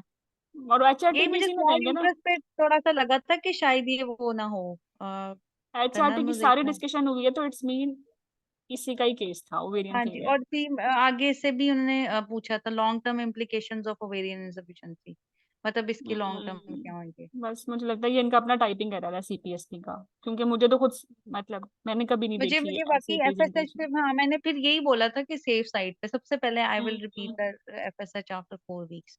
उसके बाद सेकंड मैंने ये सीपीएसपी इशू, क्योंकि एएमएच भी तो कम है ना।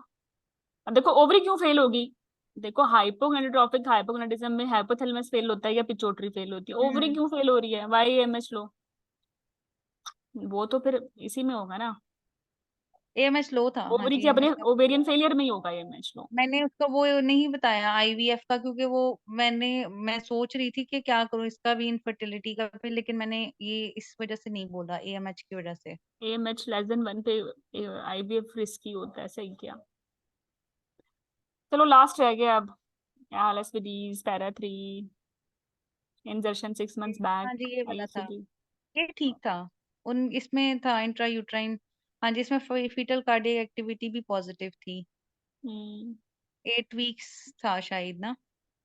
हम्म अल्ट्रासाउंड जब मांगा था ना, मैंने कहा I will do hmm. The speculum examination of the patient, मैंने उसको उर्दू में भी बताया कि मैं आपका मुआयना करके देखती हूँ, अगर हमें थ्रेड फील हो गया तो ठीक है, मतलब रोल नजर प्ले आ थी, गया। रोल प्ले थी इसमें।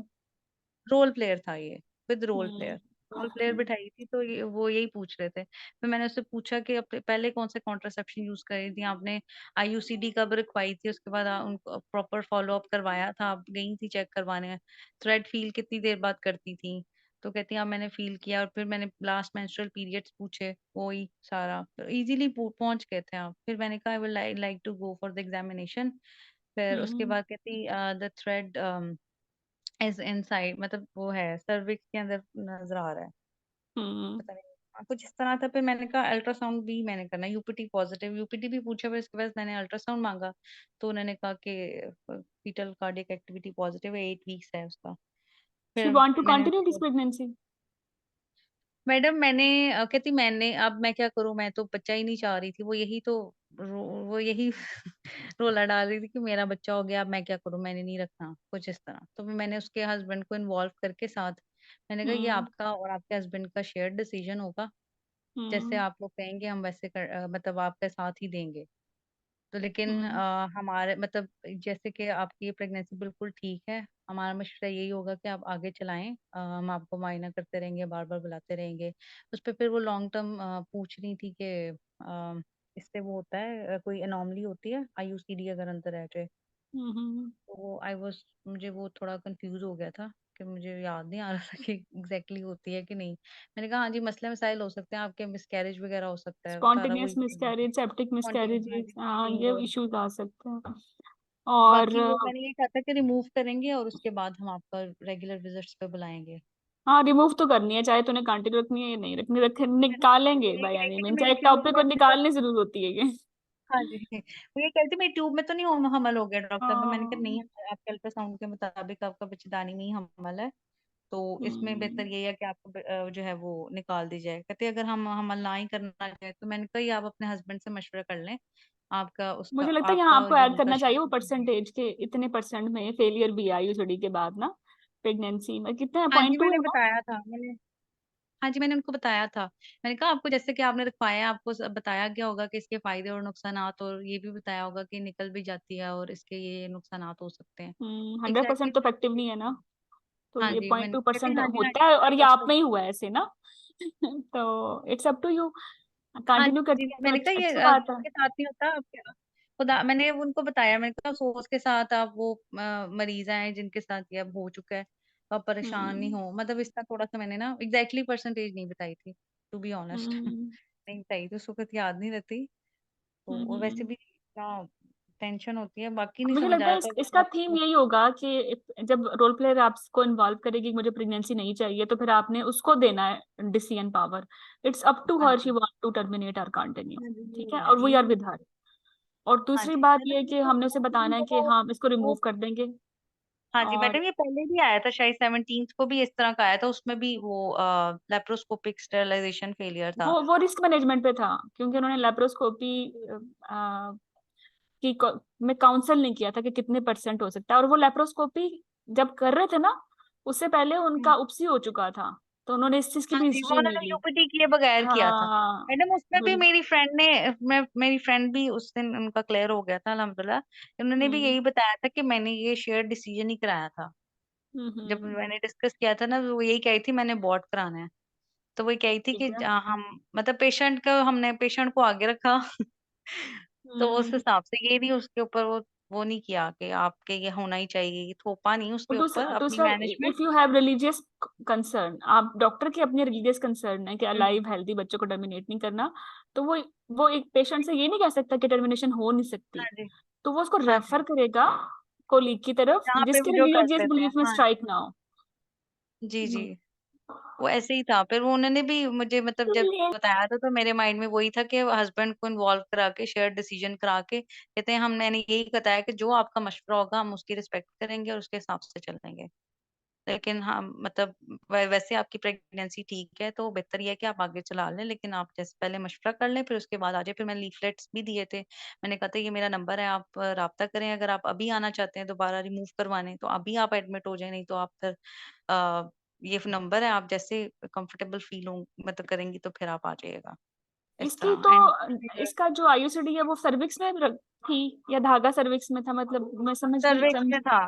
था थ्रेड था। हाँ, तो हम निकाल देंगे। अगर अभी कंसेंट देती है तो अभी इसको पुल किया जा सकता है। हाँ जी, वो मैंने यही कहा था कि आप अभी आप दाखिल होना चाहती हैं फिर हम आपको कर देते हैं, दाखिल करके रिमूव कर देंगे। और अगर आप अपने हस्बैंड से मशवरा करना है, कहती मैंने नहीं रखना ये, तो फिर मैंने कहा आप अपने हस्बैंड से पहले मशवरा करें, ये मेरा नंबर है, और फिर उसके हिसाब से हम देख लेंगे कि आपने क्या करना है। मैंने इस तरह एंड किया था। चलो भाई, गुड लक। आई थिंक सारे हो गए हैं।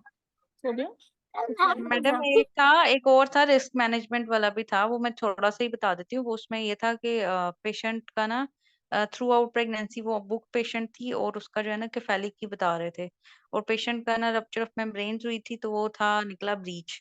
फिर उसका इमरजेंसी सेक्शन किया गया, तो वो उसका सेक्शन हुआ हुआ था, तो उस पर मैंने डिस्कस करना था क्लिनिकल गवर्नेंस का सारा जो है वो रोल प्लेयर के साथ करना था कि उसको मैंने क्या बताना है। तो वो फिर यही बताना था मैं कि मीटिंग बिठाएंगे हम, वो कह रही थी कि मैं सू करूंगी आपको, लीगली करूंगी। मैंने कहा हम वो कर सकते हैं, आप आपको पूरा राइट है, आप करें, लेकिन हम ये पहले थोड़ा दोबारा देखेंगे कि बताना, क्या क्या मेन थीम थी। मैडम पेशेंट बुक थी थ्रू आउट, और उसको केफेलिक ही बताया था, और स्पॉन्टेनियस वजाइनल डिलीवरी के लिए काउंसिल किया हुआ था। पेशेंट जब रप्चर मेम्ब्रेन्स के साथ आई मतलब हॉस्पिटल, तो उसका स्कैन पे ब्रीच निकला, कोई रेडियोलॉजिस्ट ने उसको नॉर्मल ही बताया था। ब्रीच की वजह से उसका इमरजेंसी सेक्शन हुआ, और उसके बाद वो थोड़ा ट्रॉमाटाइज थी कि मेरा सेक्शन क्यों हुआ, वो यही बोल रही थी।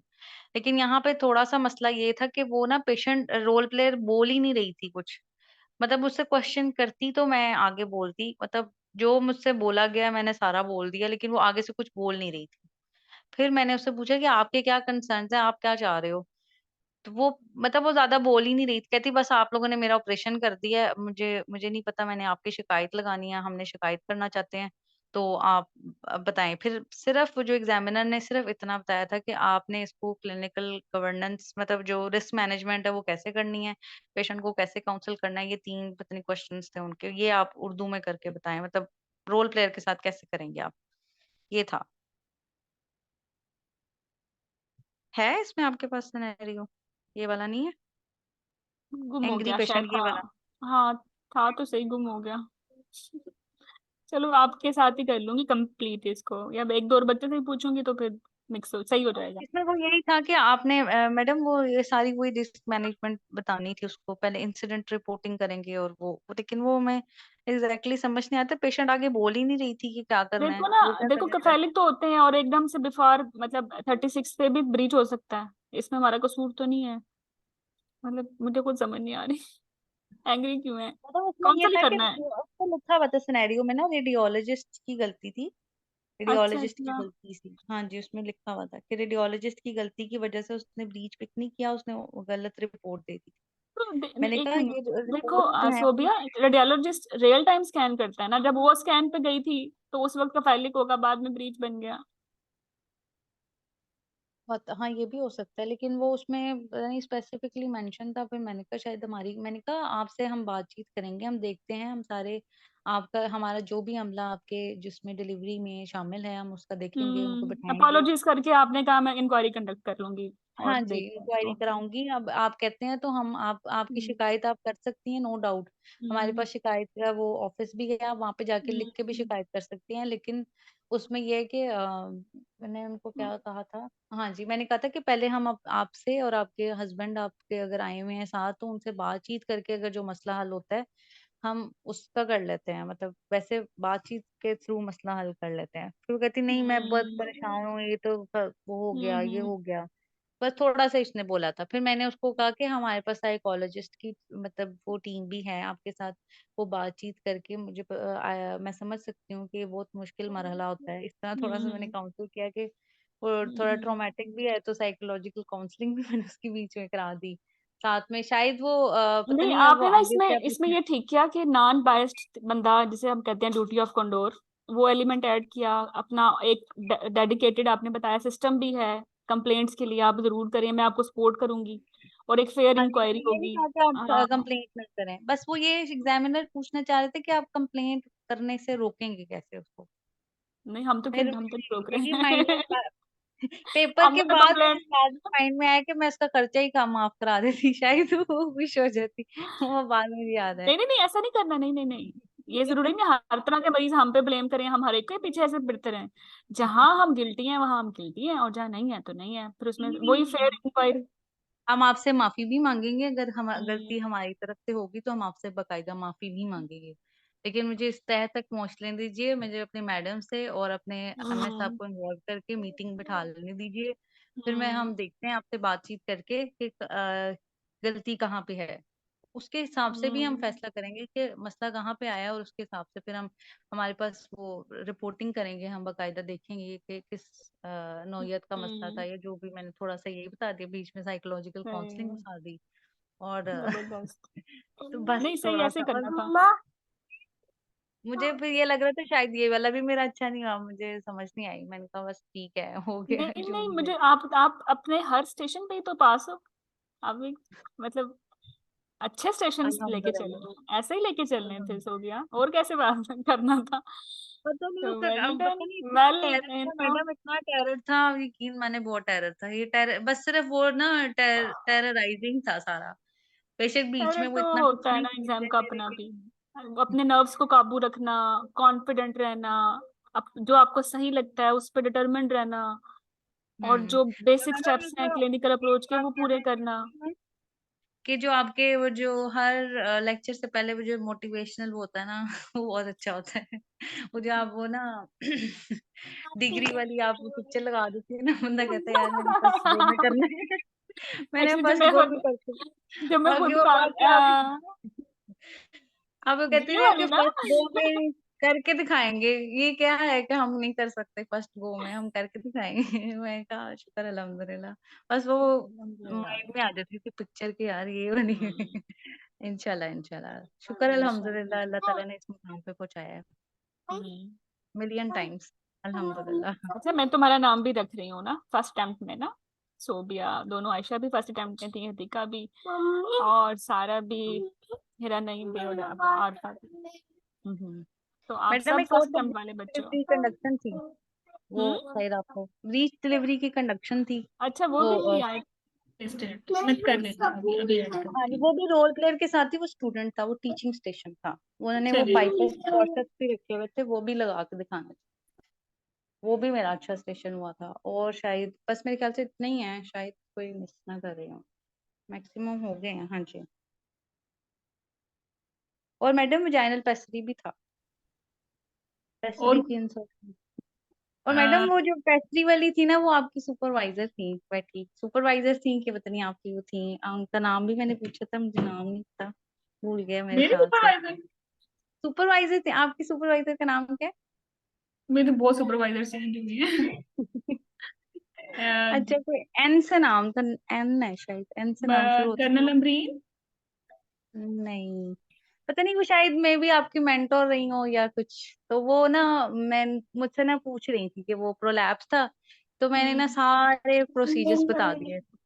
तो ना हम्म उसमें मैंने एंड तक कॉल्पोक्लिसिस भी बता दिया ना। कहती ये आपने कहाँ से पढ़ा है? मैंने कहा मैडम मैंने ना शायद ड्यूहर्ट से पढ़ा है। फिर कहती कौन सा ग्रुप ज्वाइन किया हुआ? मैंने कहा मैडम डॉक्टर हिरा का। तो वो दे आपका नाम सुन के खुश हो गई। मैंने कहा डॉक्टर, कहती वो तो मेरी स्टूडेंट है। अच्छा ठीक। फिर वो पूछने लगी कैसे करते हैं कॉल्पोक्लिसिस ना। तो अच्छा अच्छा। कहती हाँ जी। पता नहीं, फिर आपका बता रही थी कि वो आपकी सुपरवाइजर थी, आप पता नहीं, नहीं। डॉक्टर वो होंगी, रिहाना होंगी। था नहीं मैडम मुझे, मैंने नाम पूछा था, मैंने कहा आपको बताऊंगी।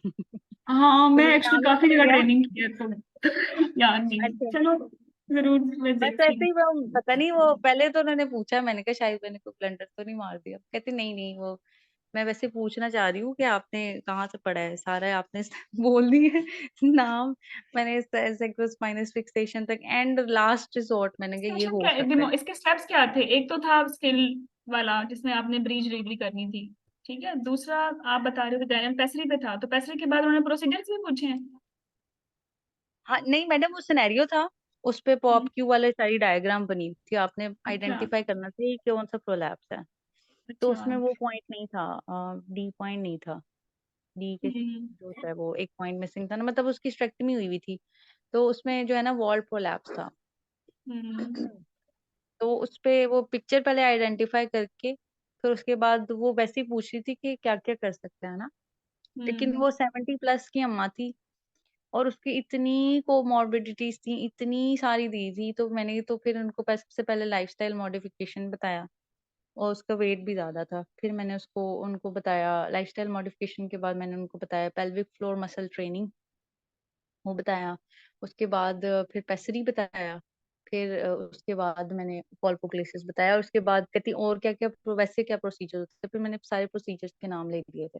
वैसे तो ये करते हैं लेकिन इस पेशेंट में ये सेफ नहीं है क्योंकि कोमॉर्बिड है, तो फिर I will go for the pessary. फिर कहती है अच्छा रख के दिखाओ, वो फिर सारे पेस्टरी का स्पेसिमेन मतलब स्पेसिमेन वो रखा हुआ था उन्होंने, डमी रखी हुई थी, सॉरी स्पेसिमेन कह रही हूँ, डमी रखी हुई थी और पेस्टरी रखी हुई थी। पेस्टरी की भी कोई गंदी सी पेस्टरी थी, वो अजीब सी बड़ा सा रिंग था वो रखा था, फिर वो प्रॉपर सारा डिमॉन्स्ट्रेट करता था, साथ साथ बोलती गई और साथ साथ मैंने मतलब करती गई प्रोसीजर। और एंड पे भी वो पूछ रही थी कि क्या क्या आपने पेशेंट को बताना है और कब कब बुलाना है, फॉलो अप कैसे करना है, वो पूछ रही थी। कहती है अच्छा ऐसा हुआ है कि आपने रखी है। मैम आपको आवाज आ रही? हाँ हेलो। मुझे आ रही है आवाज, आ रही है, मेरे पीछे काफी शोर है। अच्छा, बस यही था, वो उसे कही थी कि अच्छा आपने रख दी और 3 दिन बाद पेशेंट आई है और आपके पास हाथ में पेस्ट्री लेके आ गया, फिर क्या करोगी? मैंने कहा मैं दोबारा रखूंगी उसको और बिग साइज की रखूंगी। कहती है अच्छा चलो ठीक है। वो यही पता नहीं यही सुनना चाह रही थी तब मेरा स्टेशन में तब एंड तक वो क्वेश्चंस थे उनके, वो आपने सारा पहले सुना देते हैं, मुझे जहां तक लगा कि सारा सुना के फिर एंड पे जो एग्जामिनर्स के क्वेश्चंस होते हैं ना उनके लिए टाइम निकाल लें तो शायद तभी स्टेशन पूरा होता है। तो अगर आप वहां तक पहुंच गए हैं तो मेरे ख्याल से दैट्स गुड इनफ कि आप वहां तक पहुंच गए हैं एंड तक स्टेशन को लेके। ठीक। तो ये कंप्लीट हो गया अब स्टेशन? अब कोई मिस तो नहीं? ब्रीच था, ऑफ क्यू ग्रिड, हाँ जी मैडम तकरीबन रिसर्च। एक्चुअली ना मैंने शायद सही से नहीं किया, मैंने ये जो 20th में लिखे हुए थे 19 अक्टूबर के ना। तो अब एक तो हो गया नंबर 1 वो थायरोटॉक्सिकोसिस का, फिर ये दूसरा था हेल्थ वाला है ना, और फिर हाँ जी तीसरा था पेरिन, फोर्थ वन, और फोर्थ और फिफ्थ शॉर्ट केस पेरिनियल हो गए। रिपेयर, हाँ जी। और फिर सिक्स्थ वन रिसर्च, फिर सेवन्थ वन टीएमडी, फिर एट्थ वन अगेन वो जी इनफर्टिलिटी वाला और हाइपो वाला, फिर नाइन्थ वन रोल प्लेयर के साथ आईयूसीडी, फिर 10 11 आपने बता दिए। एक रिस्क मैनेजमेंट का था, कफैलिक हाँ जी वाला, हाँ और ये जी। दो हो गए, पूरे हो गए अब। ठीक है। ठीक है जज़ाकल्लाह, बहुत अच्छा लगा। ठीक, कोई और बात आई नहीं, thank think you you are madam my आपसे स्टूडेंट बहुत सिंस कुछ आईएमएम, और आज तसल्ली से बात हो रही है। हाँ जी मैडम, मैंने अक्सर किया था ज्वाइन, मतलब करती थी लेकिन ना वो मेरी बेटी हम्म, छोटी है, पढ़ने में नहीं देती, तंग करती थी वो, फिर मेरे से पॉसिबल नहीं हो पाता था। फिर मैं वो रात को ही कहीं लेक्चर शोभिया आराम से कुछ लगा के एडवाइस तो फिर करना सुनती चाहोगी आने वाले कोलीग्स को, कुछ दिल से बताना चाहो, गाइड करना चाहो उन्हें? अल्लाह ताला पे भरोसा रखें और नहीं दुआ यार, में कुछ बहुत ताकत प्रो है। टिप दो। ये तो ठीक है, मतलब we should have trust on Allah, on our in our self, लेकिन आपको क्या लगता है प्रैक्टिकल पढ़ाई के टिप? मामले में हम्म मैडम मुझे लगता है कि आपकी जो ट्रेनिंग में जो आपने किया होता है ना, मेरे ख्याल से वो काम हम्म। आता है, जो जो स्टेप्स जो जो अच्छी आपने ट्रेनिंग तो बहुत जरूरी है। पिछली लास्ट टाइम भी ना 2 3 स्टेशन ऐसे थे जो कि कैंडिडेट्स खुद कह रहे थे कि ट्रेनिंग में देखे थे, फिर कभी नहीं देखे। हाँ जी, ट्रेनिंग में मेरे ख्याल से आप आपकी ओपीडी में प्रैक्टिस होती है, बोलने की प्रैक्टिस हम्म। होती है, जितने पेशेंट ज़्यादा देखे होते हैं। और हम्म। मेरे ख्याल से जो आपकी ट्रेनिंग में आप कर रहे होते हो ना लेकिन ड्यूरिंग द सोबिया अब थिएटर, जो ट्रेनिंग तो जैसे-जैसे रेट्रोग्रेड हमने नहीं हो को सकती। लोग काफी प्राइवेट सेटअप पे भी करते हैं जहाँ इतना एक्सपोजर हो नहीं सकता। फिर उनके लिए क्या है, how they will they should pass, they can pass in their first attempt, और चलो नंबर लेस अटेम्प्ट्स। वरना फिर आपको ग्रुप ग्रुप ज्वाइन करना है, यही हो नहीं सकता नहीं, मेरा है। मकसद ये नहीं मेरा ग्रुप ज्वाइन करें। जैसे देखिए आपकी टिप्स हैं, आप नहीं कूल मैडम आप माइंडेड सोचते हो फिर बोलते हो, हालात को सोचा है आपने। मैं आपके आपसे जो 1 डेढ़ घंटे की कन्वर्सेशन हुई है, तो मेरा ओवरऑल असेसमेंट है वो ये कि घबराते नहीं हो। स्टेशन आपने गंदे भी किए हैं फिर भी आपने गिव अप नहीं किया। कुछ सेशन में आप बॉर्डर लाइन हो तो कुछ में आप एक्सीलेंट हो। ओवरऑल इस तरह कंपनसेट हो हुँ, गया। तो ये, और मैडम पेजेस ये लेके था चले कि जाओ, कुछ क्लिपबोर्ड, मैंने छोटे छोटे एक्सपेरिमेंट्स टिप्स हुए हैं अपनी थे। चीजें ले जाओ। हाँ, मुझे लगता है कि शायद ओवरऑल पास होना होता है, तो आप कुछ अच्छे स्टेशंस बहुत अच्छे भी कर लें, कुछ में आप अच्छी हम्म। प्रैक्टिस करें तो आपके अच्छे भी हो सकते हैं। मतलब ये जो सारे टीचिंग वाले और ये मेरे बहुत एक्सीलेंट हुए थे। मुझे लग रहा था कि एग्जामिनर बहुत खुश हैं, मतलब कुछ में ऐसे भी हुआ था। हालाँकि एग्जामिनर्स के सबके इतना वो रूड बिहेवियर था या जो भी था, लेकिन मैंने सेट मुझे लग रहा था कि आई हैव सैटिस्फाइड देम ना, तो बस कुछ हो गया मेरे बहुत रूट ही गंदे बिहेवियर थे। वाली कंप्लेन ना, मतलब वो हर कंपनसेट हो हर गया उस मुझे लगता कैंडिडेट है। ने भी किए जो पास हुआ है, और उसने भी किए जो फेल हुआ है। तो एग्जामिनर के एटीट्यूड पे नहीं जाना, जो आपके अंदर है ना वो दे, जो बेस्ट है। हाँ ये जी, भी ये एक है। tip है। आप उस वक़्त ये है कि उस वक़्त इतना वो आपके ऊपर स्ट्रेस होता है ना, लेकिन आपने काम डाउन रह के ना, वो आपको डीमोटिवेट हो ऐसे लग रहा था आपको डीमोटिवेट ही कर रही हैं, ये क्या बता रही हो? इतनी डाँट पड़ती है, इतनी डाँट पड़ती है। वो डाँट से अगर घबरा गए ना तो मेरे ख्याल से वो फिर आप वहीं पे डाउन हो जाते हैं। वो आप डाँट सुनते जाएँ और हम्म। बस करते जाएँ। मेरी एक सीनियर थी, तो उन्होंने भी यही हम्म। कहा था वो बहुत डाँटेंगी। उन्होंने भी आपका ग्रुप जॉइन किया था, डॉक्टर सारा मंजूर। तो उन्होंने यही कहा हम्म। था डाँट खाती जाना लेकिन बोलती जाना। वो डाँटेंगी। डाँटती हैं वो सारे ऐसे ही कर रहे होते हैं, आपको ऐसे लग रहा होता है कि बस वो मुझे लग रहा होता है कि वो चेक करना चाह रहे हैं कि कंसल्टेंट बन मतलब आप कंसल्टेंट बनाने जा रहे हो किसी को, तो क्या ये मतलब इतने खौफ से ये तो नहीं होगी कि बिल्कुल ही वो हो जाएगी, परेशान हो जाएगी या चुप हो जाएगी। जिस तरह मुझे लग रहा था कि अगर मैं वहाँ पे सेकंड जो लिंक स्टेशन था उसमें मुझे इन्वेस्टिगेशन नहीं मिली, मैं चुप कर जाती तो शायद मैं अभी यहाँ पे ना होती।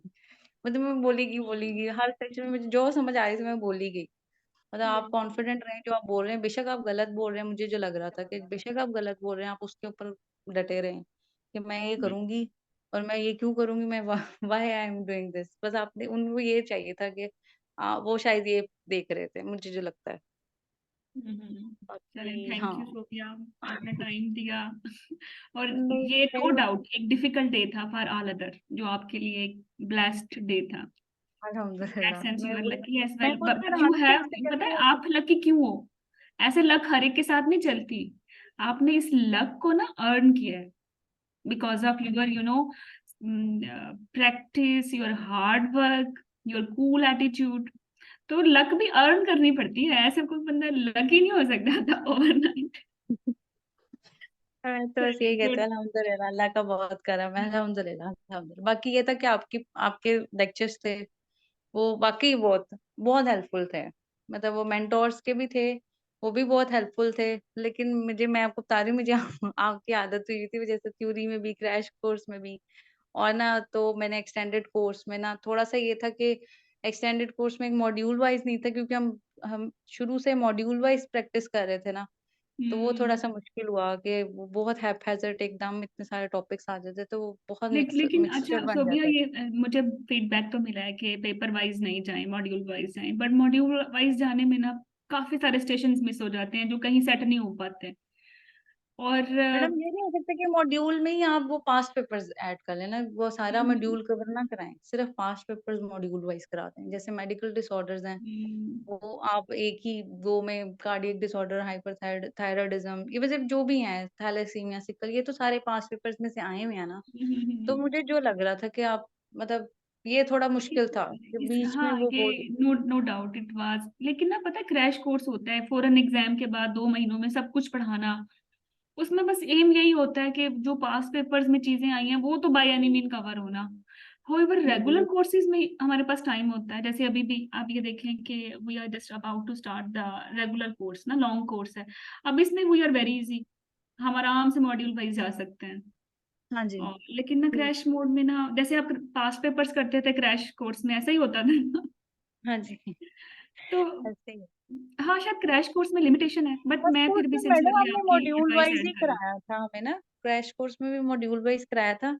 आपने पास्ट पेपर्स भी सारे वो एक टॉपिक करा के उसके रिलेटेड जो भी ये एमसीक्यूज ये थे आप लोगों के ही आपने। क्रैश कोर्स में पहली दफा हुआ था जो मॉड्यूल वाइज हुआ था, उससे पहले हाँ वो कभी बहुत नहीं हेल्पफुल था। हुआ। वो ऐसे, हाँ नहीं वो बहुत हेल्पफुल था, वरना मिक्सअप हो जाते थे सारे एमसीक्यू, मिक्सअप बहुत चले। अच्छा था। I will try my best, मैं अभी टीम के साथ कंडक्ट करती हूँ मीटिंग, और मैं कहती हूँ नहीं सोबिया ने मैडम, पीछे जो रहना चाहिए, आपको माननी ऑब्वियसली पड़ेगी। इजी लगता है वो मैं ये नहीं कह रही, मुझे जहाँ पे डिफिकल्टी आई मुझे यही था कि नहीं नहीं, जेन्युइन है, you are not alone. Rest others जो इवन पास भी हुए हैं, जो नहीं भी हुए, उन्होंने भी यही बोला है क्योंकि कि मुझे नेक्स्ट टाइम लग रहा था करेंगे। कि जैसे मैडम अब जैसे हीमाटोमास पर्परल सेप्सिस वो हम्म। पास्ट पेपर्स में बार बार रिपीट कर रहे थे।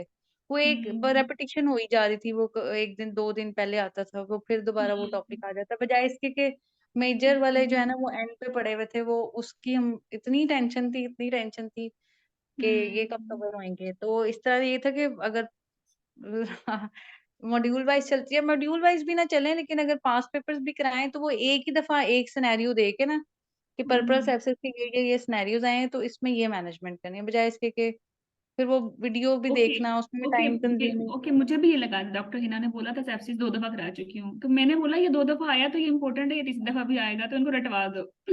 इनको दोबारा कराओ। पता है कि वो एक में वो एक ही गो में कुछ और फिर बंदा बोल रहा होता है, वो अगले में कुछ और बेशक सिनेरियो डिफरेंट होते हैं नो डाउट, लेकिन एक दफा ही एक एक वीडियो में पता चल जाए ना कि अच्छा ये बताना है, वो फिर आपको टेंशन नहीं होती है भी ये मेरी ये वीडियो भी रहती है देखने वाली, ये वीडियो भी रहती है देखने, वो फिर ज्यादा वीडियोस हो जाती हैं, वो फिर कंपाइल करना मुश्किल हो जाता है।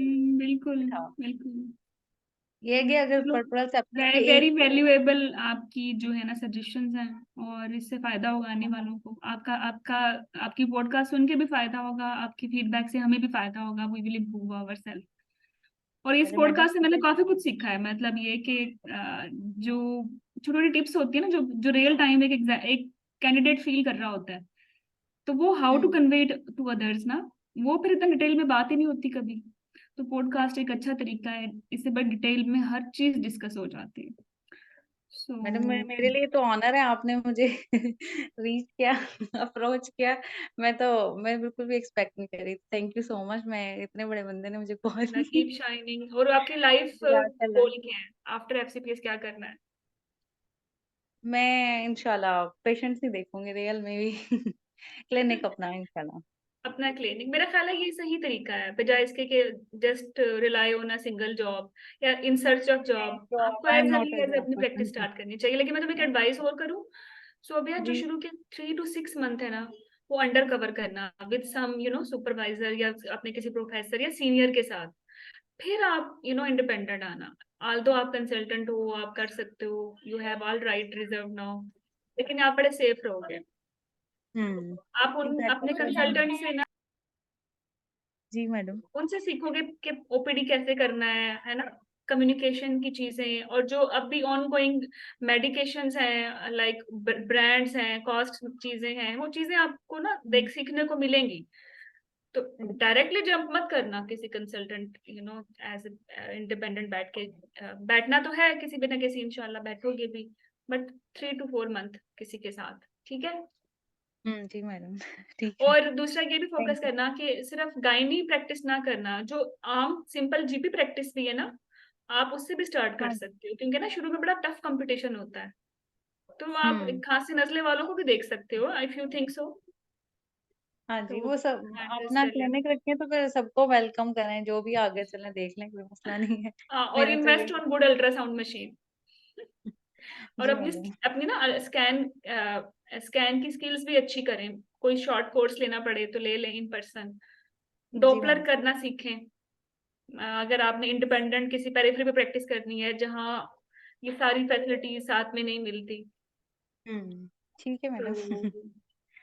फिर थैंक ग्रेजुअली यू। इंशाल्लाह आप हो तो कंसल्टेंट फैमिली के ग्रुप में, वहां आपको मिलती रहेंगी टिप्स, ठीक है। अरे इंशाल्लाह ठीक है, thank you madam, thank you okay, so all the much. Best, बड़ा अच्छा लगा। अल्लाह हाफिज। थैंक यू आपके शुरू से लेकर आखिर तक, अल्हम्दुलिल्लाह, थैंक यू सो मच। आपके अल्लाह सारे मेंटर्स जो भी जिन्होंने अल्हम्दुलिल्लाह। भी हेल्प किया, थैंक यू सो मच, सबको मैं यही जज़ाकल्लाह कहूंगी। जज़ाकल्लाह। जज़ाकल्लाह, thank you. Allah Hafiz. Allah Hafiz.